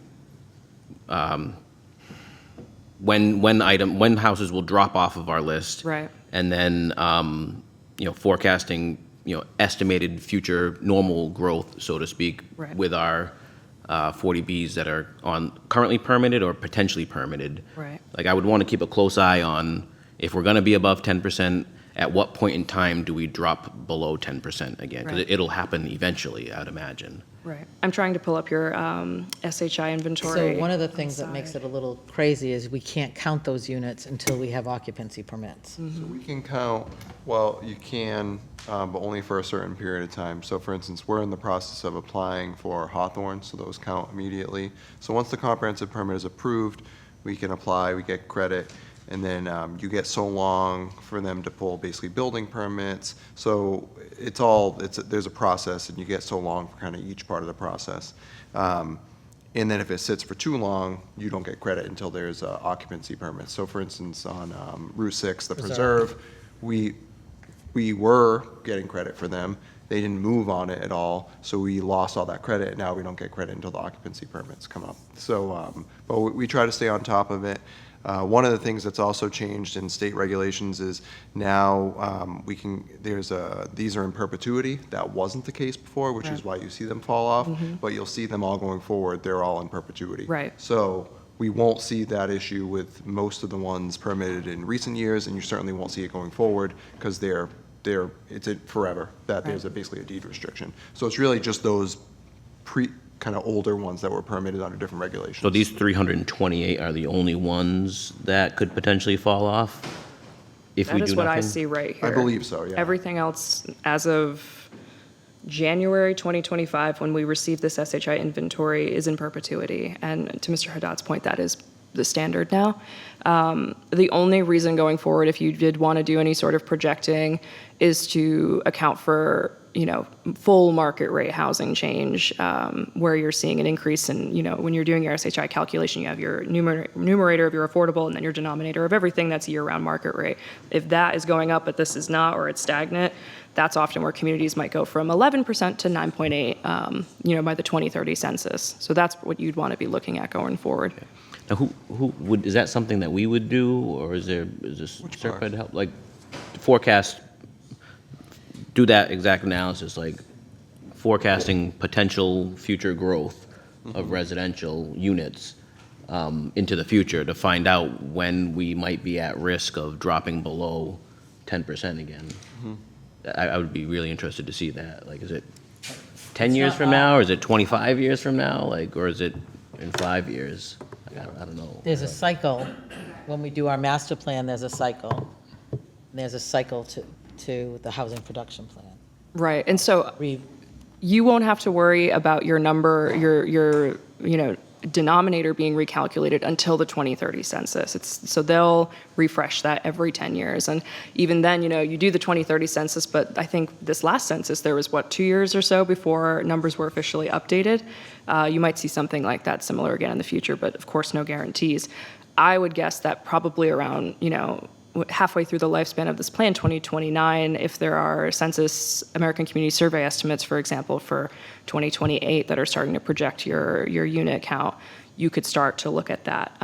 But I mean, again, it depends on how closely you're tracking market rate permits as well, and how closely that's being reported and how accurate the survey is. So there are things you can do, but what we try and encourage communities who either are within Safe Harbor because they have a certified housing production plan or because they're over 10%, is to still look proactively at potential, whether it's 40B or other housing production that is SHI eligible, for that very reason of just, maintaining things and, into the future, so that when 2030 rolls around, you're not slipping back down. And even then, just based on my intuition from working with you folks and from the data that I've seen in the plan and worked on for so long, I can't imagine right now, in this moment, that when that comes around, you would drop substantially, unless, again, for some reason, you guys were just permitting market rate housing left and right and sideways, and at large scales. But isn't part of that plan aggressively looking at zoning and planning where these affordable projects could go to our advantage, as opposed to waiting for a contractor to say, we want to put it over here? Right. I mean, that's the intent, right? Is that you are thinking, okay, if we want to, again, be proactive in the future, ensure that we're not only above 10%, but well above 10%, where's the best place to do it? And then, okay, great, while we're tackling subsidized, market rate does still matter. We know this because there is a large group of folks who, as much as we just said, do qualify for subsidized affordable housing, don't qualify. So how do we create new options for them? So it's like a two-pronged, multi-pronged, really, approach, for sure. Question. Are there examples around the state of these cluster housing zoning that have been really successful and work? Certainly. I'm trying to think of some off the top of my head in our region, but I know there are. One that I'm thinking of that I think actually was, a true adult retirement style community that is cluster housing, attached cottage cluster, is in Norton, Red Mill Village. It's right behind the, there is a 40B in the front that's right on 123, I believe, and then behind it is an adult retirement community. These are affordable but small homes on. I think they're market. They're market rate, but they're small and a small piece of land because they rezoned it. Right. It's the density is much higher than you would see in any sort of conventional subdivision design or whatnot. That's the one that comes to my mind that we always use, but.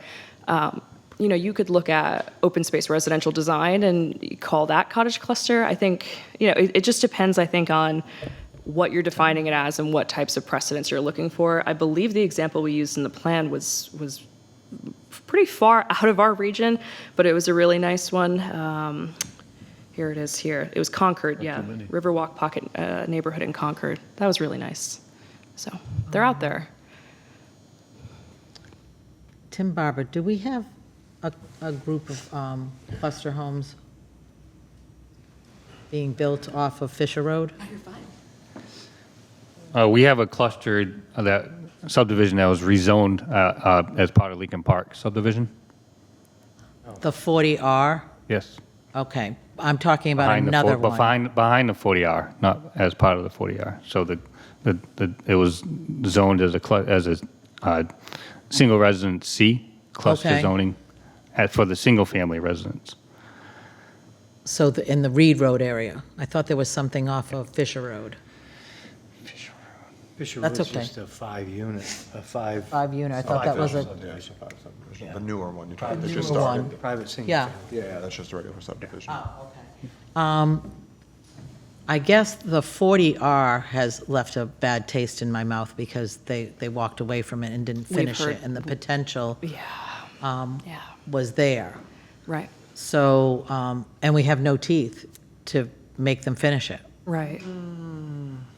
Right. so far. I mean, I know it was, and I'll let you say your piece, but I know it was discussed at length during the stakeholder committee meetings, and I think it does appear here in the mixed use section about, or it might be, again, forgive me for forgetting if it's a standalone. I don't think it is. It's not. Yeah, but that to particular one, revise. there were market conditions involved with on the commercial side too that presented a problem for the developers. And Right. you can amend the 40 hours. Mhm. You know, it's not unprecedented to do that. Mhm. If the infrastructure's there, if it can handle it, if it goes toward our SHI, Mhm. then maybe it makes sense. So there's some conversations being had about that. You know, there's going to be some infrastructure issues that we're going to have to deal with, I'm sure, even after just finishing probably one or two over there. But I guess the overall point of having the plan is when opportunities like that come up, that you have to have people kind of on the same page. Right. And looking for opportunities when they arise. Right. So you're not presented with, the 40B that comes in and strips you of your ability to make decisions for your Mhm. own town. It's funny, talking to Housing Secretary Augustus, Former. Yeah. So it was going back a ways at UMass, at a function at UMass. He said to me, "So what do you need?" I said, "What do we need? We need infrastructure. You gotta come down and help us with our plan." "Oh, everybody needs that." And then I saw Congressman Keating, and he said, "What do you need?" Mm-hmm. And I said, "We need infrastructure. We You're need right. millions and millions of dollars." "Oh, geez, get in line on that." Yeah. Well, Stop asking the question then. I don't know. I'm in line. It's the good thing is, I guess some people think it's a good thing that we're basically running out of space in Dartmouth. Mhm. Can you make some changes on zoning to tuck in here and there? course. Yeah, you could, but we really have to be cognizant of the infrastructure that we have, Mhm. and the capacity that we have in all of our systems. And you have to balance that with the rights of property owners, private Mhm. property owners. They have, lawful right to do what they can do with their particular Mhm. lot of land.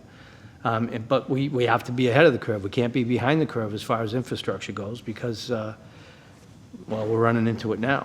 Right. It's slow, smart growth. Yeah. The plan is supposed to basically temper things Mhm. and allow us the opportunity to make decisions for our own town and be cognizant of the issues before they become big problems. Right. But, it's easier said than done. Right. Not a silver bullet, but It's not silver bullet. None of this is silver bullet. People say, well, they want a plan to, put a house on every street corner. But, you have to do these. You have to be cognizant of the issues that you have. You have to look at them every once in a while to make sure that you're aware of the issues and you're moving in the right direction. Slow and smart has always been the best way to go because you need a certain amount of growth in any town and municipality in order to pay your bills. Right. But none of this gets really into road structure, and the capacity on our roads. Right. A whole different conversation. It's right. it's a huge problem for this town. Yeah. So I don't know. This is a mixed bag for me personally. It's something that has to be done. It brings in all different aspects of housing and different types of housing and where to put them. I mean, we tried to focus on the areas in town that could sustain because of the infrastructure that we have right now. Right. And mixed use is, we've got it in here, but I'm being told now that forget it. Mixed use is not going to work. You can't put the townhouses over retail because there isn't enough support on the small retail businesses. So Yeah. I don't know if that's right or wrong, but I'm hearing that from professionals. Mixed use is tough, and I'm a big advocate for it from, particularly the urban design and placemaking perspective. It makes, so many communities are very excited about having a walkable downtown, a traditional New England style downtown, which is, historically mixed use, small commercial shop fronts. But I do agree that the market, again, from my, I'm not an economic development person by any means. That's my colleagues. But you can see it across the board, right, where there are vacant storefronts in existing well-established downtowns. So any sort of mixed use would have to be probably pretty strategic and well thought before it was implemented. And again, do I think that it nullifies the choice to do it at all? I don't think so. But again, I think it does need to be done with thought. And I agree with that. Yes, I was Mr. just- Tattelbaum. It's like, okay, we have a reduction in students, so therefore we should not replace the schools. Well, they're going to fall apart if we don't do it. Or we shouldn't fix the roads because we just won't bring many people in. Well, we have to drive on the roads too, no matter what. To me, it's about building the case of planning, and that here's what we need, here are the facts, and convincing people, the majority, to say we do want to expand and put these cluster homes or change zoning or whatever it is, because it's a smart way to grow. And Chris said it right, slow, smart growth with a plan, effectively replacing our infrastructure, but not only because we need to replace it, but we need it for some growth as well. And I think it's a case that we can tell, Right. and we can sell, but it's all factual. It's not based on rumor. Right. That's how I see it. But Right. I don't know if it's naive or not, but it. Right. So, tonight you need us to adopt the housing plan Yes. so that we can move to the next step in the process. It would be the final step. Ultimately, after you folks adopt it, you just furnish a letter to EOHLC stating that it has been adopted by both boards at a vote of X to Y on the corresponding dates. And then there's a little bit of downtime between submitting that and then hearing back, but ultimately that approval process goes through, and then the lifespan of your housing production plan begins for 5 years. And again, you folks are well situated since you're rapidly approaching 10%, but there's never any harm in having it. And again, it will be a really nice reference on future grant applications in particular. So, and again, hopefully it helps drive future community engagement and planning efforts going forward. So yes. Well, I'm focusing on the number one goal, which is supporting infrastructure upgrades and expansion to enable Understandably housing so. development. Yeah, And that's absolutely. with this, That's for sure. no matter what, whether we build anything else, we have to address these needs. Right. I have a tangent before you vote and before I, take my leave, which is that as I was listening tonight, particularly about the comprehensive wastewater management plan that you folks will be working on, our environmental planning department, in collaboration with us in comprehensive planning, have regional funding for 319 and 604B for watershed planning.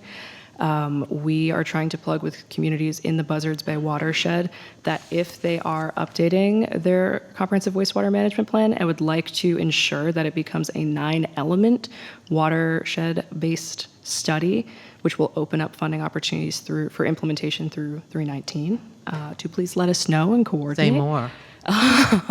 My colleague, Michelle, I was frantically messaging her, and thankfully she's doing a bunch of invoicing tonight, so it was like, she's online, it's great. But she was like, this is a great plug, and I would love to connect with you folks. And so, Tim, I'm happy to give you her contact, and we should talk about that. But wanted to put that out there because I thought that was a good, That is. good connection. Thank you. Of course. More good news. See? That's right. We'll take it. Ended on a high note, right?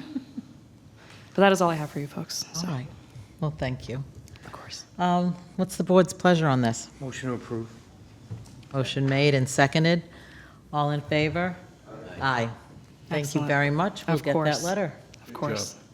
Thank To you, your folks. list of things to Have a do, good Cody. night. Good luck with the next half, right? Yeah, thank you. All right, next. The next item on your list, we're holding for August. And so we're on K, which is the Human Resources Consultant Contract. That's with Susanna Cunningham, and that's in your packet. And we're going to be working with her to offer her or no more than 20 hours a week, so she can get us through this spell where we don't have anyone. And then it includes, as you see, commencing July 13th and ending on September 15th. That will give her a couple of weeks to work transition with the our new HR person. And this is just one if the board approves for me to sign. Okay. Motion to approve. Motion made to approve that Cody enter into this contract. Second. Second. All in favor? Aye. Next, we have bit of a sad one because we have a beautiful, well-written letter Oh, my, beautiful. story. by Nate Watson, who, and I get it when I read all of the things that he's involved in, stepping down from the Conservation Commission. So, very well-written and certainly speaks to the work of everyone else Eloquent. in the department and on the commission. And although we have it and we can accept his resignation, it doesn't seem that we can ever not accept someone's resignation. You can never force them to stay. So a motion made to thank Nate Watson for his work with the town and to accept his resignation. All right, all in favor? Aye. Aye. All right, next, review appointment process of the Greater New Bedford Regional Vocational Technical High School School Committee representation. And I have to tell you, having read this, first of all, seeing something like this, you know, the typewritten, you know, probably copy paper, this is old. Yeah, this is the original regional agreement that dictates how the membership is actually appointed. I'm not quite sure we've done it right in the past, but that's okay. We're going to move forward. So the requirement for the regional agreement is that an appointing committee be made up of the select board chair, the moderator, and a representative from the school committee. So just wanted to give the board an update because I think maybe the last time around, the select board actually appointed. So I had thought that was the process. That's not the process, so that's the process, is what I just described. So Ms. Silver Brooks will serve on that. The school committee is meeting later this month, I think next week, to select their individual to serve on the committee, and then we will get the group together to make an appointment. Okay. Do you know if they have updated this procedure? Because I was looking for they talk about a quota for admissions and the determination of funding, and I was thinking, are they still operating by Yes, this? they still do operate by that regional agreement, yes. That is the most up-to-date regional agreement I got from Superintendent Watson. Quota is, Oh, my. now it's more of a lottery. Yeah, so. Yeah. So there may be some things where state law dictates, you know, Yeah. over the regional agreement. I just thought it was Yeah, interesting. it is. I was hoping they had an actual dollar figure that we could go back to 1971. But, all right. Formula, that $6 million formula. that's a- Exactly. Just out of curiosity, when was the last time someone was appointed on that board? I believe it's been Cindy a while. Mullen Cindy and Mullen Mike last Shea. time, yeah. That was a while ago. If I'm not mistaken, that was the process that was used. Okay. Oh, okay. Because Those names have been coulda there asked for me- a if you long coulda asked me, I time. would have told you what the process was. Okay. Been through it for over 30 years, so. All right, next we have a letter, and this is something that we need to do as part of our housing, our Dartmouth Housing Dartmouth Housing Authority town appointment. This is the tenant representative. This is the tenant rep, so that needs to be part of it. And we had a tenant, so those of you following along, page 296, Mary Elizabeth Ventura has Shorter. applied, what? Bible is shorter than our packet. I know, my sympathies. So Mary Elizabeth Ventura has applied to be the tenant representative to the board. Make a motion to approve. Second. Moved and seconded? Quick question, Yeah. was she the only applicant? Yes. It actually went unfilled last year because they didn't have anyone interested. Got it. Just checking. Yeah. Not too many tenants want to be involved like that, but once you have one, grab it. Got it. All right, we have a motion and a second. All in favor? Aye. Aye. For testimony. All right, next on our hit parade, we have the Russell's Mills Historic District Commission appointments. This is a, you have, Where you going? he thinks he's done? Oh, go ahead. Oh, you are, you are.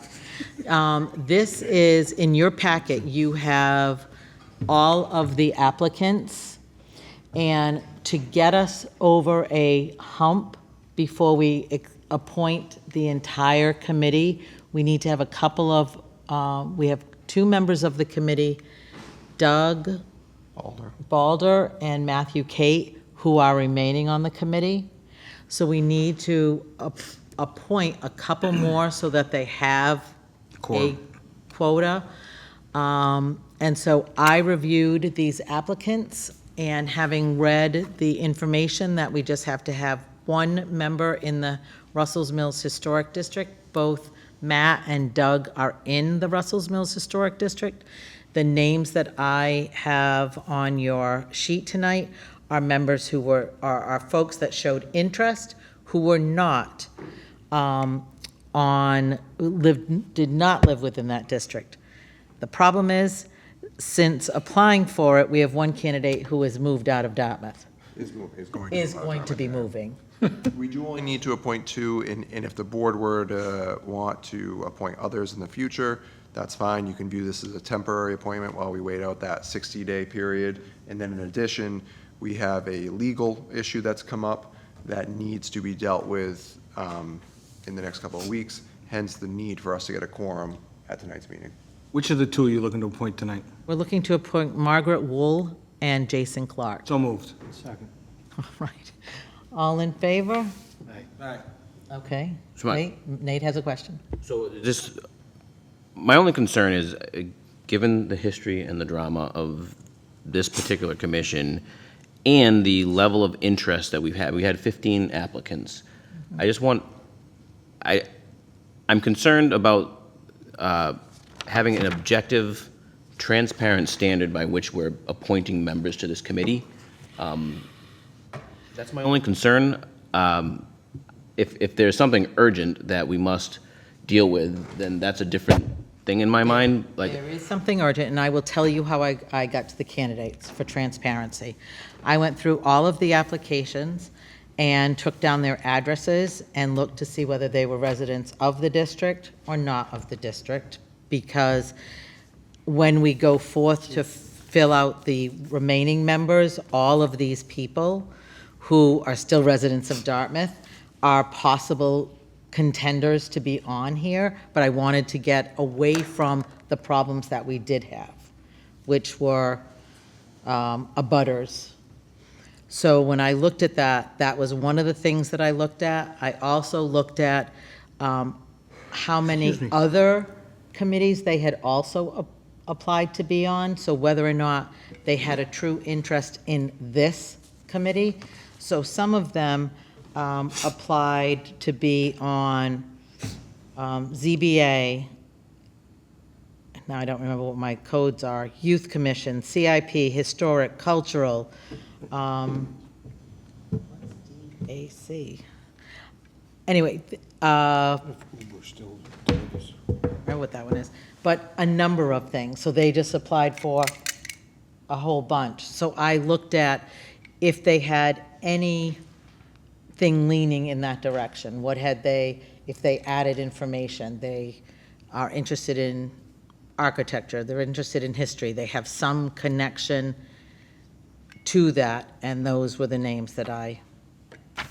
So Margaret Wool lives at 20 Wild Pepper Lane. That is not in the district. She is adjacent, but not in the district.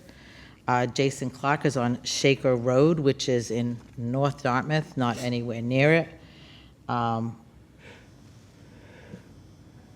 Marissa was on Allen's Neck Road, interested in historic homes. So that's how I pulled out their information. long-term residents and residents that said they were newcomers, so I didn't look to anyone that may have a financial stake, so any realtor, we had a number of those. To me, that would be the second tier, because again, I'm trying to avoid any conflicts of interest, which this board did not exercise previously.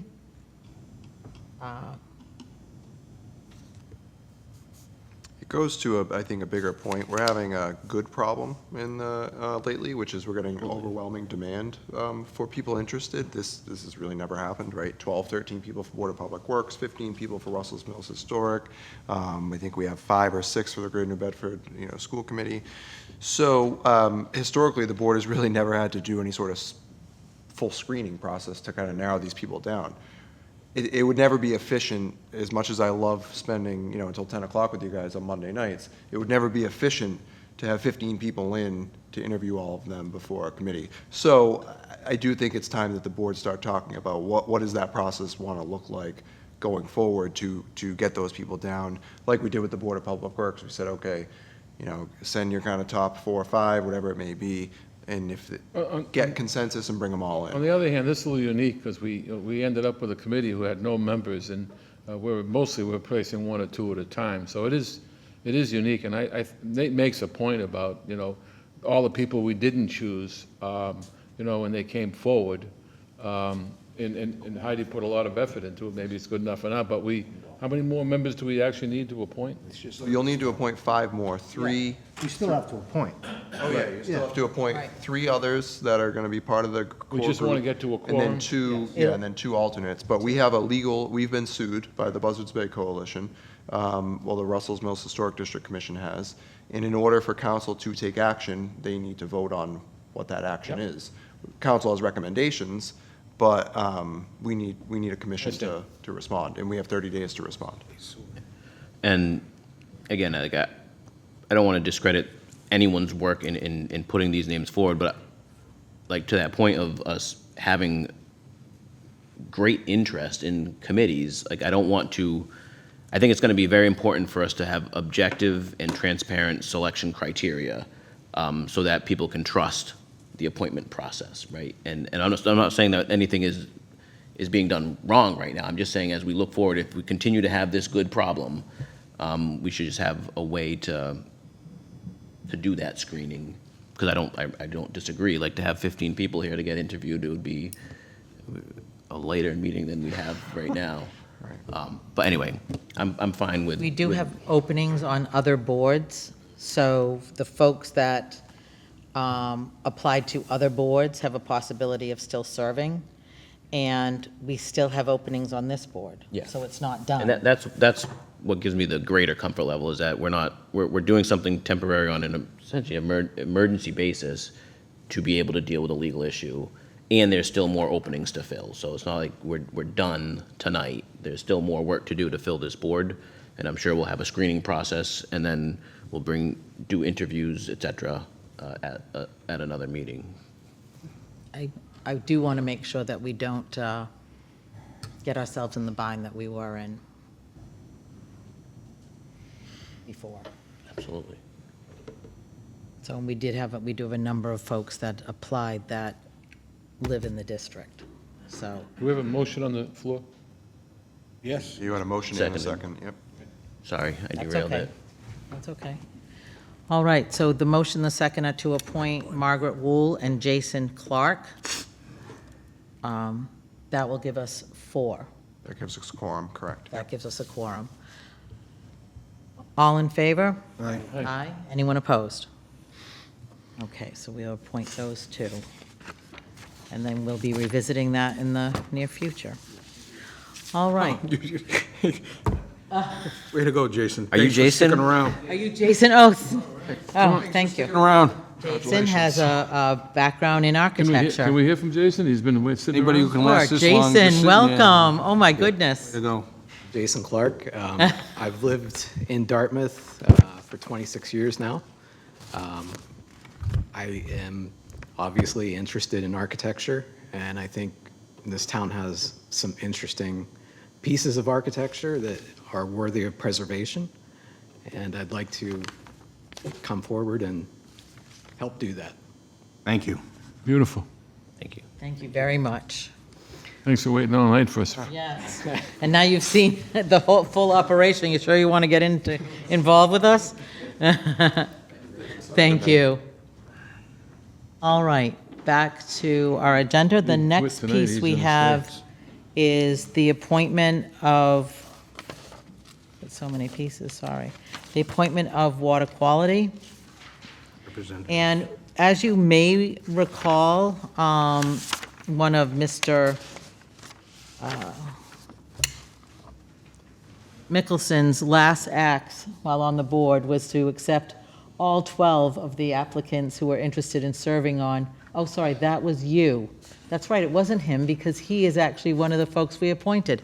So Mr. McDonald appointed all 12 to the Water Quality Board, and, I think it's 17, actually. oh, 17, all right. So what we have before us The is meeting at the to- auditorium. Yes, to appoint the representatives from various boards. So these boards gave their person. Madam Chair, Yes. make a motion that we appoint Robert Almy from the Board of Public Works, Susan Murray from the Board of Health, Elizabeth DiPaolo from Conservation, which is spelt wrong, by the way, and Eli Powell from Waterways to represent their respective boards on the Water Quality Committee. Do I have a second? Excellent. All in favor? Aye. Aye. Eli just left moments ago. All right, moving on. Q. I'm going to go down this list, and I have gone through and looked up everyone's attendance in the packet. So, Board of Registered Voters, Kathy Moralia would be representing the independent voters on that group. We didn't have one, and now we will. The new appointment. New appointment. Motion to approve. Motion made and seconded. All in favor? Aye. Aye. On the Capital Planning Committee, Christopher Frias and Luke Lehman both have 100% attendance. Motion to approve. Motion made and seconded. All in favor? Aye. Council on Aging, Allison Nastansky has a 67% attendance rate to the board, but she has served the board for several years, and the board has been very happy with her Close enough. work. Motion to approve. Motion made and seconded. All in favor? Aye. Aye. Just one thing, that Yeah. Kathy is not new to the Board of Registrars. That would be, it's a reappointment. It's a reappointment? reappointment. Thank you. She's been on there. Well, it's- I saw the other Oh, two. We only know two. Yeah. So Okay. it's nice to know who the independent is. All right, Cultural Council, I did not get their attendance.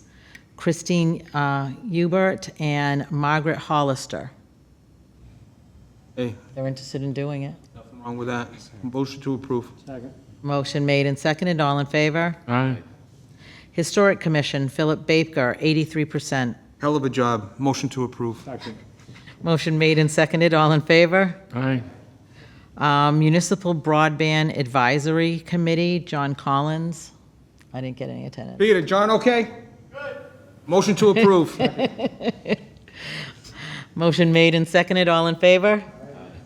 Pathways Committee, Sandra Maderas, 100% attendance. 100. Motion to approve.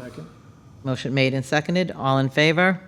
Aye. Can it be more than 100%? No. Okay. Next, we have the Sister City Delegation Committee. These two are interested in attending. There hasn't been a meeting in It's quite a several while. years. We haven't done anything with Sister Cities, haven't but done anything. these two are very outstanding members of that committee. You've been involved in it. I've been involved with them for a number of years since Ed Tavaz hooked me into it many years ago.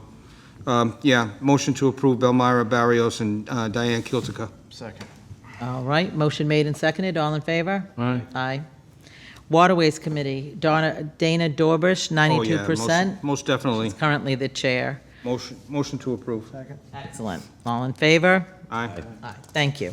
Next, we have line item transfers. So I'm going to call Gary. Wake up and come to the podium. I disagree. Next time, let's get Uber Eats in here, will you? Yes. And Sure know how to clear a room, huh?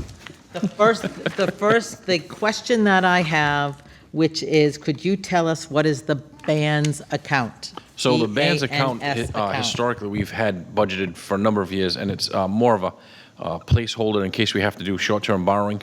That's always been in the budget. Obviously, we haven't done any short-term borrowing in quite some time. But if we're going to start looking at school roofs and all that, I'm assuming that in the FY28 budget, if we're looking to do some short-term borrowings before we bond, so those are the bands, we would have to be tapping into that account on a temporary basis. But we have the luxury now of not having to use that, so we're able to transfer from that general fund account to subsidize these other accounts. And there's typically 3 or 4 that we do every single year. The payroll taxes, obviously we have to pay that. That's by federal law. And then these others I can go through. All right. Stands for bond anticipated note, so short. Band anticipation notes. To borrow. Thank you. Yep. Okay. All right. Line item transfers, we have a transfer to the Council on Aging expenses for $3,300. So this was for some outreach coordination that they needed additional hours for throughout the course of the year. Motion to approve. Second. Motion made and seconded, all in favor? Aye.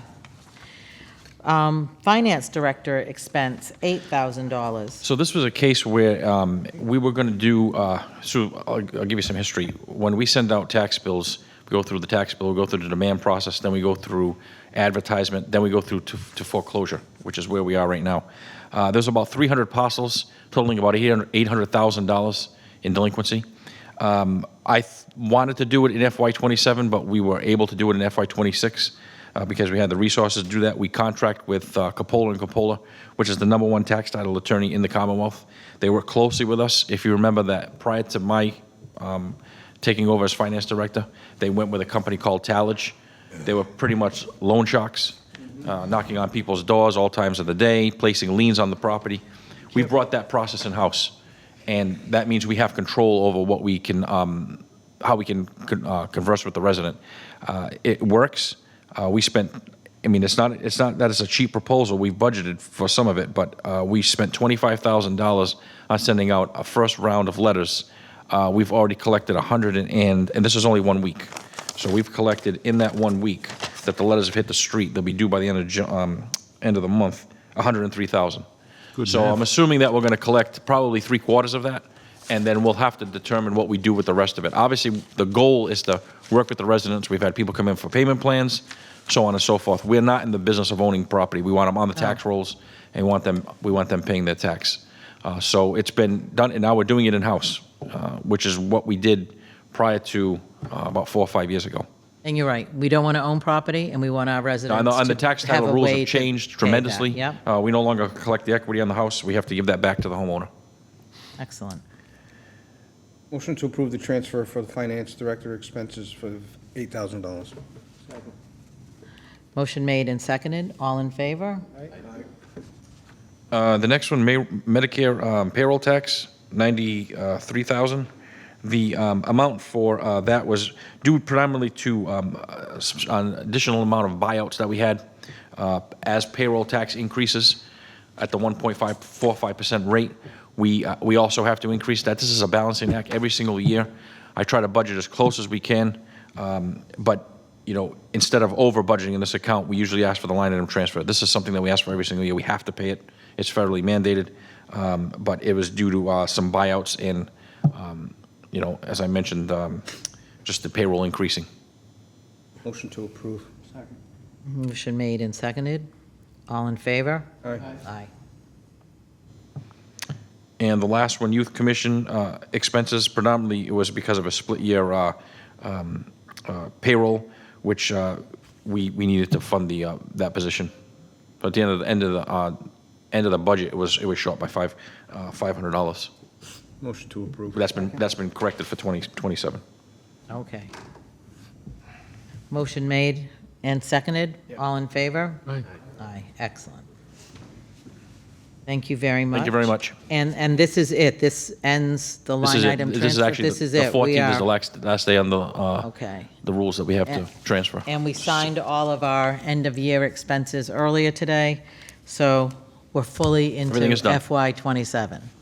Okay. Happy New Year. Thank you. Next on our list, we have a new Human Resources Director contract, Carol Ann Mello. She got married. Oh, she got married. All right, so I was like, saw the name, I was like, wait a second. So we have the contract, we have discussed that number of weeks. The candidate is, Yeah, the contract is consistent with all our other independent employment contracts. The compensation is consistent with the compensation classification study that was provided. The interview process, we had a thorough interview process. We had a number of qualified applicants. We had 2 members of the board serve on the interview team, as well as myself, the police chief, Mr. Carrero, Tim Barber. I'm sorry, Tim Barber did not serve on that group. Melanie Perry from my office also served on that group. And we found Miss Mello to be the best candidate for the town of Dartmouth. excellent. And we look forward to her joining us on August August 31st. 31st. Yes. And hence the need to have the transitional contract Yes, earlier. yeah. All right. Motion to approve. Second. Motion made and seconded. All in favor? Aye. Excellent. We'll just sign off on this. Another member of the team in the books. Almost there. We are. Feel it. This is like the Sistine Chapel. All right. Town administrator update. Yes, I have quite a few items to go over, so hopefully no one has any plans. I just wanted to give a shout out. DCTV, Pete is here, so he's manning the camera, so he can't come out. But DCTV was nationally recognized a couple weeks ago when they won a national award. They had previously been recognized regionally, but this year they won a national award for their overall performance for community media groups within their budget size. So congratulations to Pete and his whole team. It was exciting to see the dog park getting some good use. Our own communications manager, Jessica Dastu, hosted a dachshund meetup at the dog park. And so if you look in the Dartmouth Week, they have a nice article. So kudos to Jess and the team there.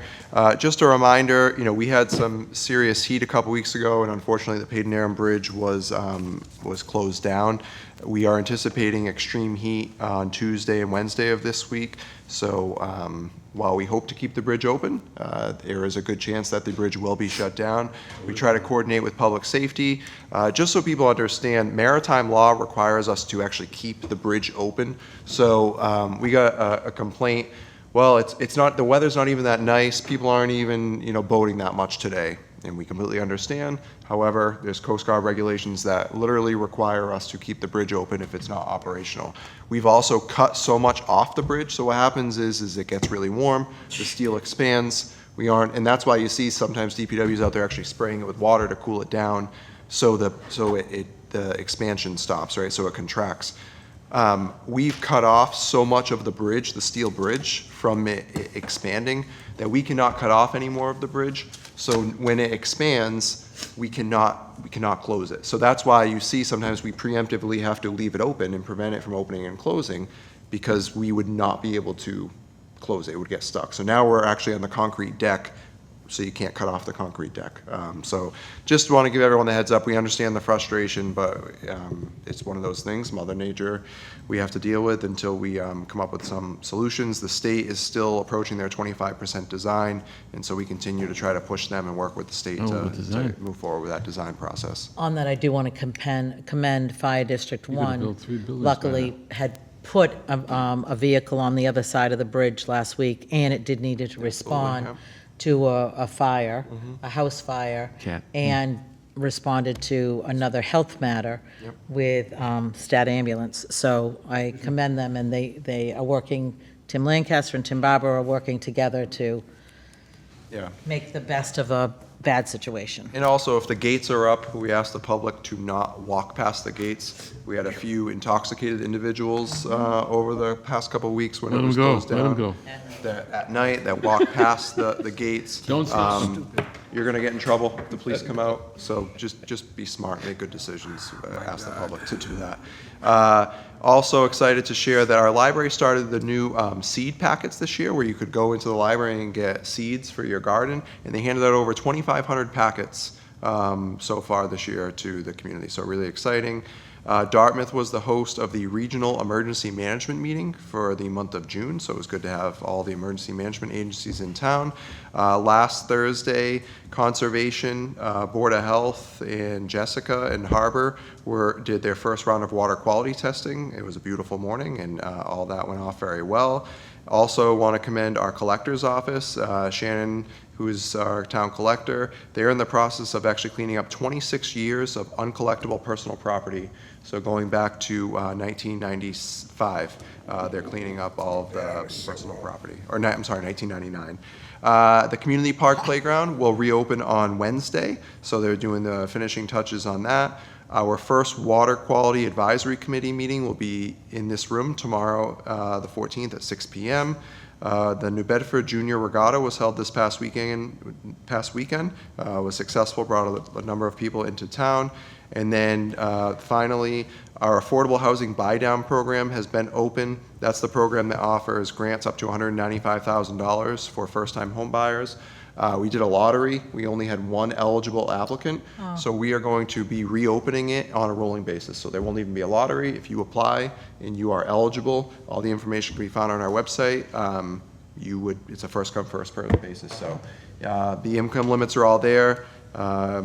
And if you, like I said, if you qualify, we'll give you up to $195,000 to buy a home in Dartmouth. So it's a great program. Where can someone find that information on how to do that? Is it All on the website. on the website? Yep, it's all on the website. Which sub-website? It's under news and announcements. News and announcements. Yeah, we posted all news and announcements. We've done a few press releases on it, trying to get the word out there. It does require a lot. It's a lot of work. It's a kind of the state lays out the process, but I mean, for $195,000, it's, I think, worth it. Worth the legwork. It's a nice part-time job. All right. We don't have anything for proposed town projects tonight. We'll visit that at our first meeting in August. Okay. Old business under 40B update. The appeal period for the Hawthorne Country Club parcel is over. We did not receive any appeals, so that comprehensive permit is taking effect. And we are, like I said, applying through the Department of Housing and Livable Communities, so those units count towards our subsidized housing inventory. The public hearing for the Sherbrooke Farms on Old Westport Road project was closed, so the Zoning Board of Appeals will be issuing a decision on that in the coming weeks. And the Hathaway Road project has been continued. One question on the Tucker Road project. There were no Appeals. from abutters. From anyone. From Yeah, anyone. Yep, so you can, Anyone. there's an appeal period where anyone has the right to appeal the permit, and that did not occur. Okay, and the next step in that process now, because that's over, They still need to go to conservation. They have all their they conservation still permitting. have, there's more work on And that. then they still need to meet all the conditions of the permit before they can get building permits. Okay. Liscana, No new updates? Lake Nokichoke, No new updates? municipal broadband. No new updates? And I like seeing this new one, which is annual operating budget. Yes, we do not have any updates, but we want to keep it on there. We talked a lot about money tonight. Yes, we I did, can't yeah. take any more. Thank you for putting that on. And then next, we have our minutes. I reviewed the minutes. One comment, the June 8th meeting started at 4 PM, not 6 PM. Sorry about that. So no problem. So if we could amend that. Make a motion to amend the time for that meeting to 4 PM. Second. Second, thank you. All in favor of amending June 8th, 2026, and accepting June 8th, 2026? Say aye. Aye. I saw no, did anyone catch any missteps in anything else? So, a motion to, To accept all three meetings, to approve the minutes of all three meetings. Second. okay, we have a motion and a second. All in favor for all three meetings? Aye. Excellent. All right, select board updates. Mr. McDonald? Oh, no. Nothing? Nothing. Okay. Mr. O'Neill? Look at me. Mr. Tattlebaum?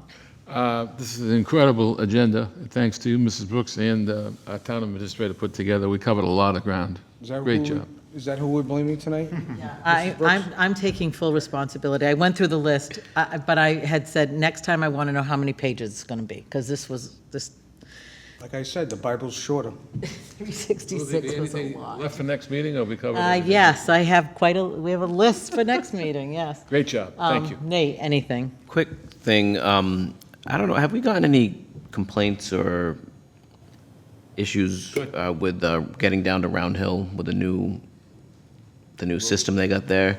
So, and the reason I asked, so I went there yesterday. I was at a queue of about 30 cars on Smith Neck, and it just seems like a dangerous situation. So what's happening is you have a queue on Smith Neck, and then people who are just trying to get through, they drive on the wrong side of the road, and in the 15 to 20 minutes I was waiting in that line, twice I saw a near collision with people driving on the wrong side of the road with people who were turning onto Ray Peck.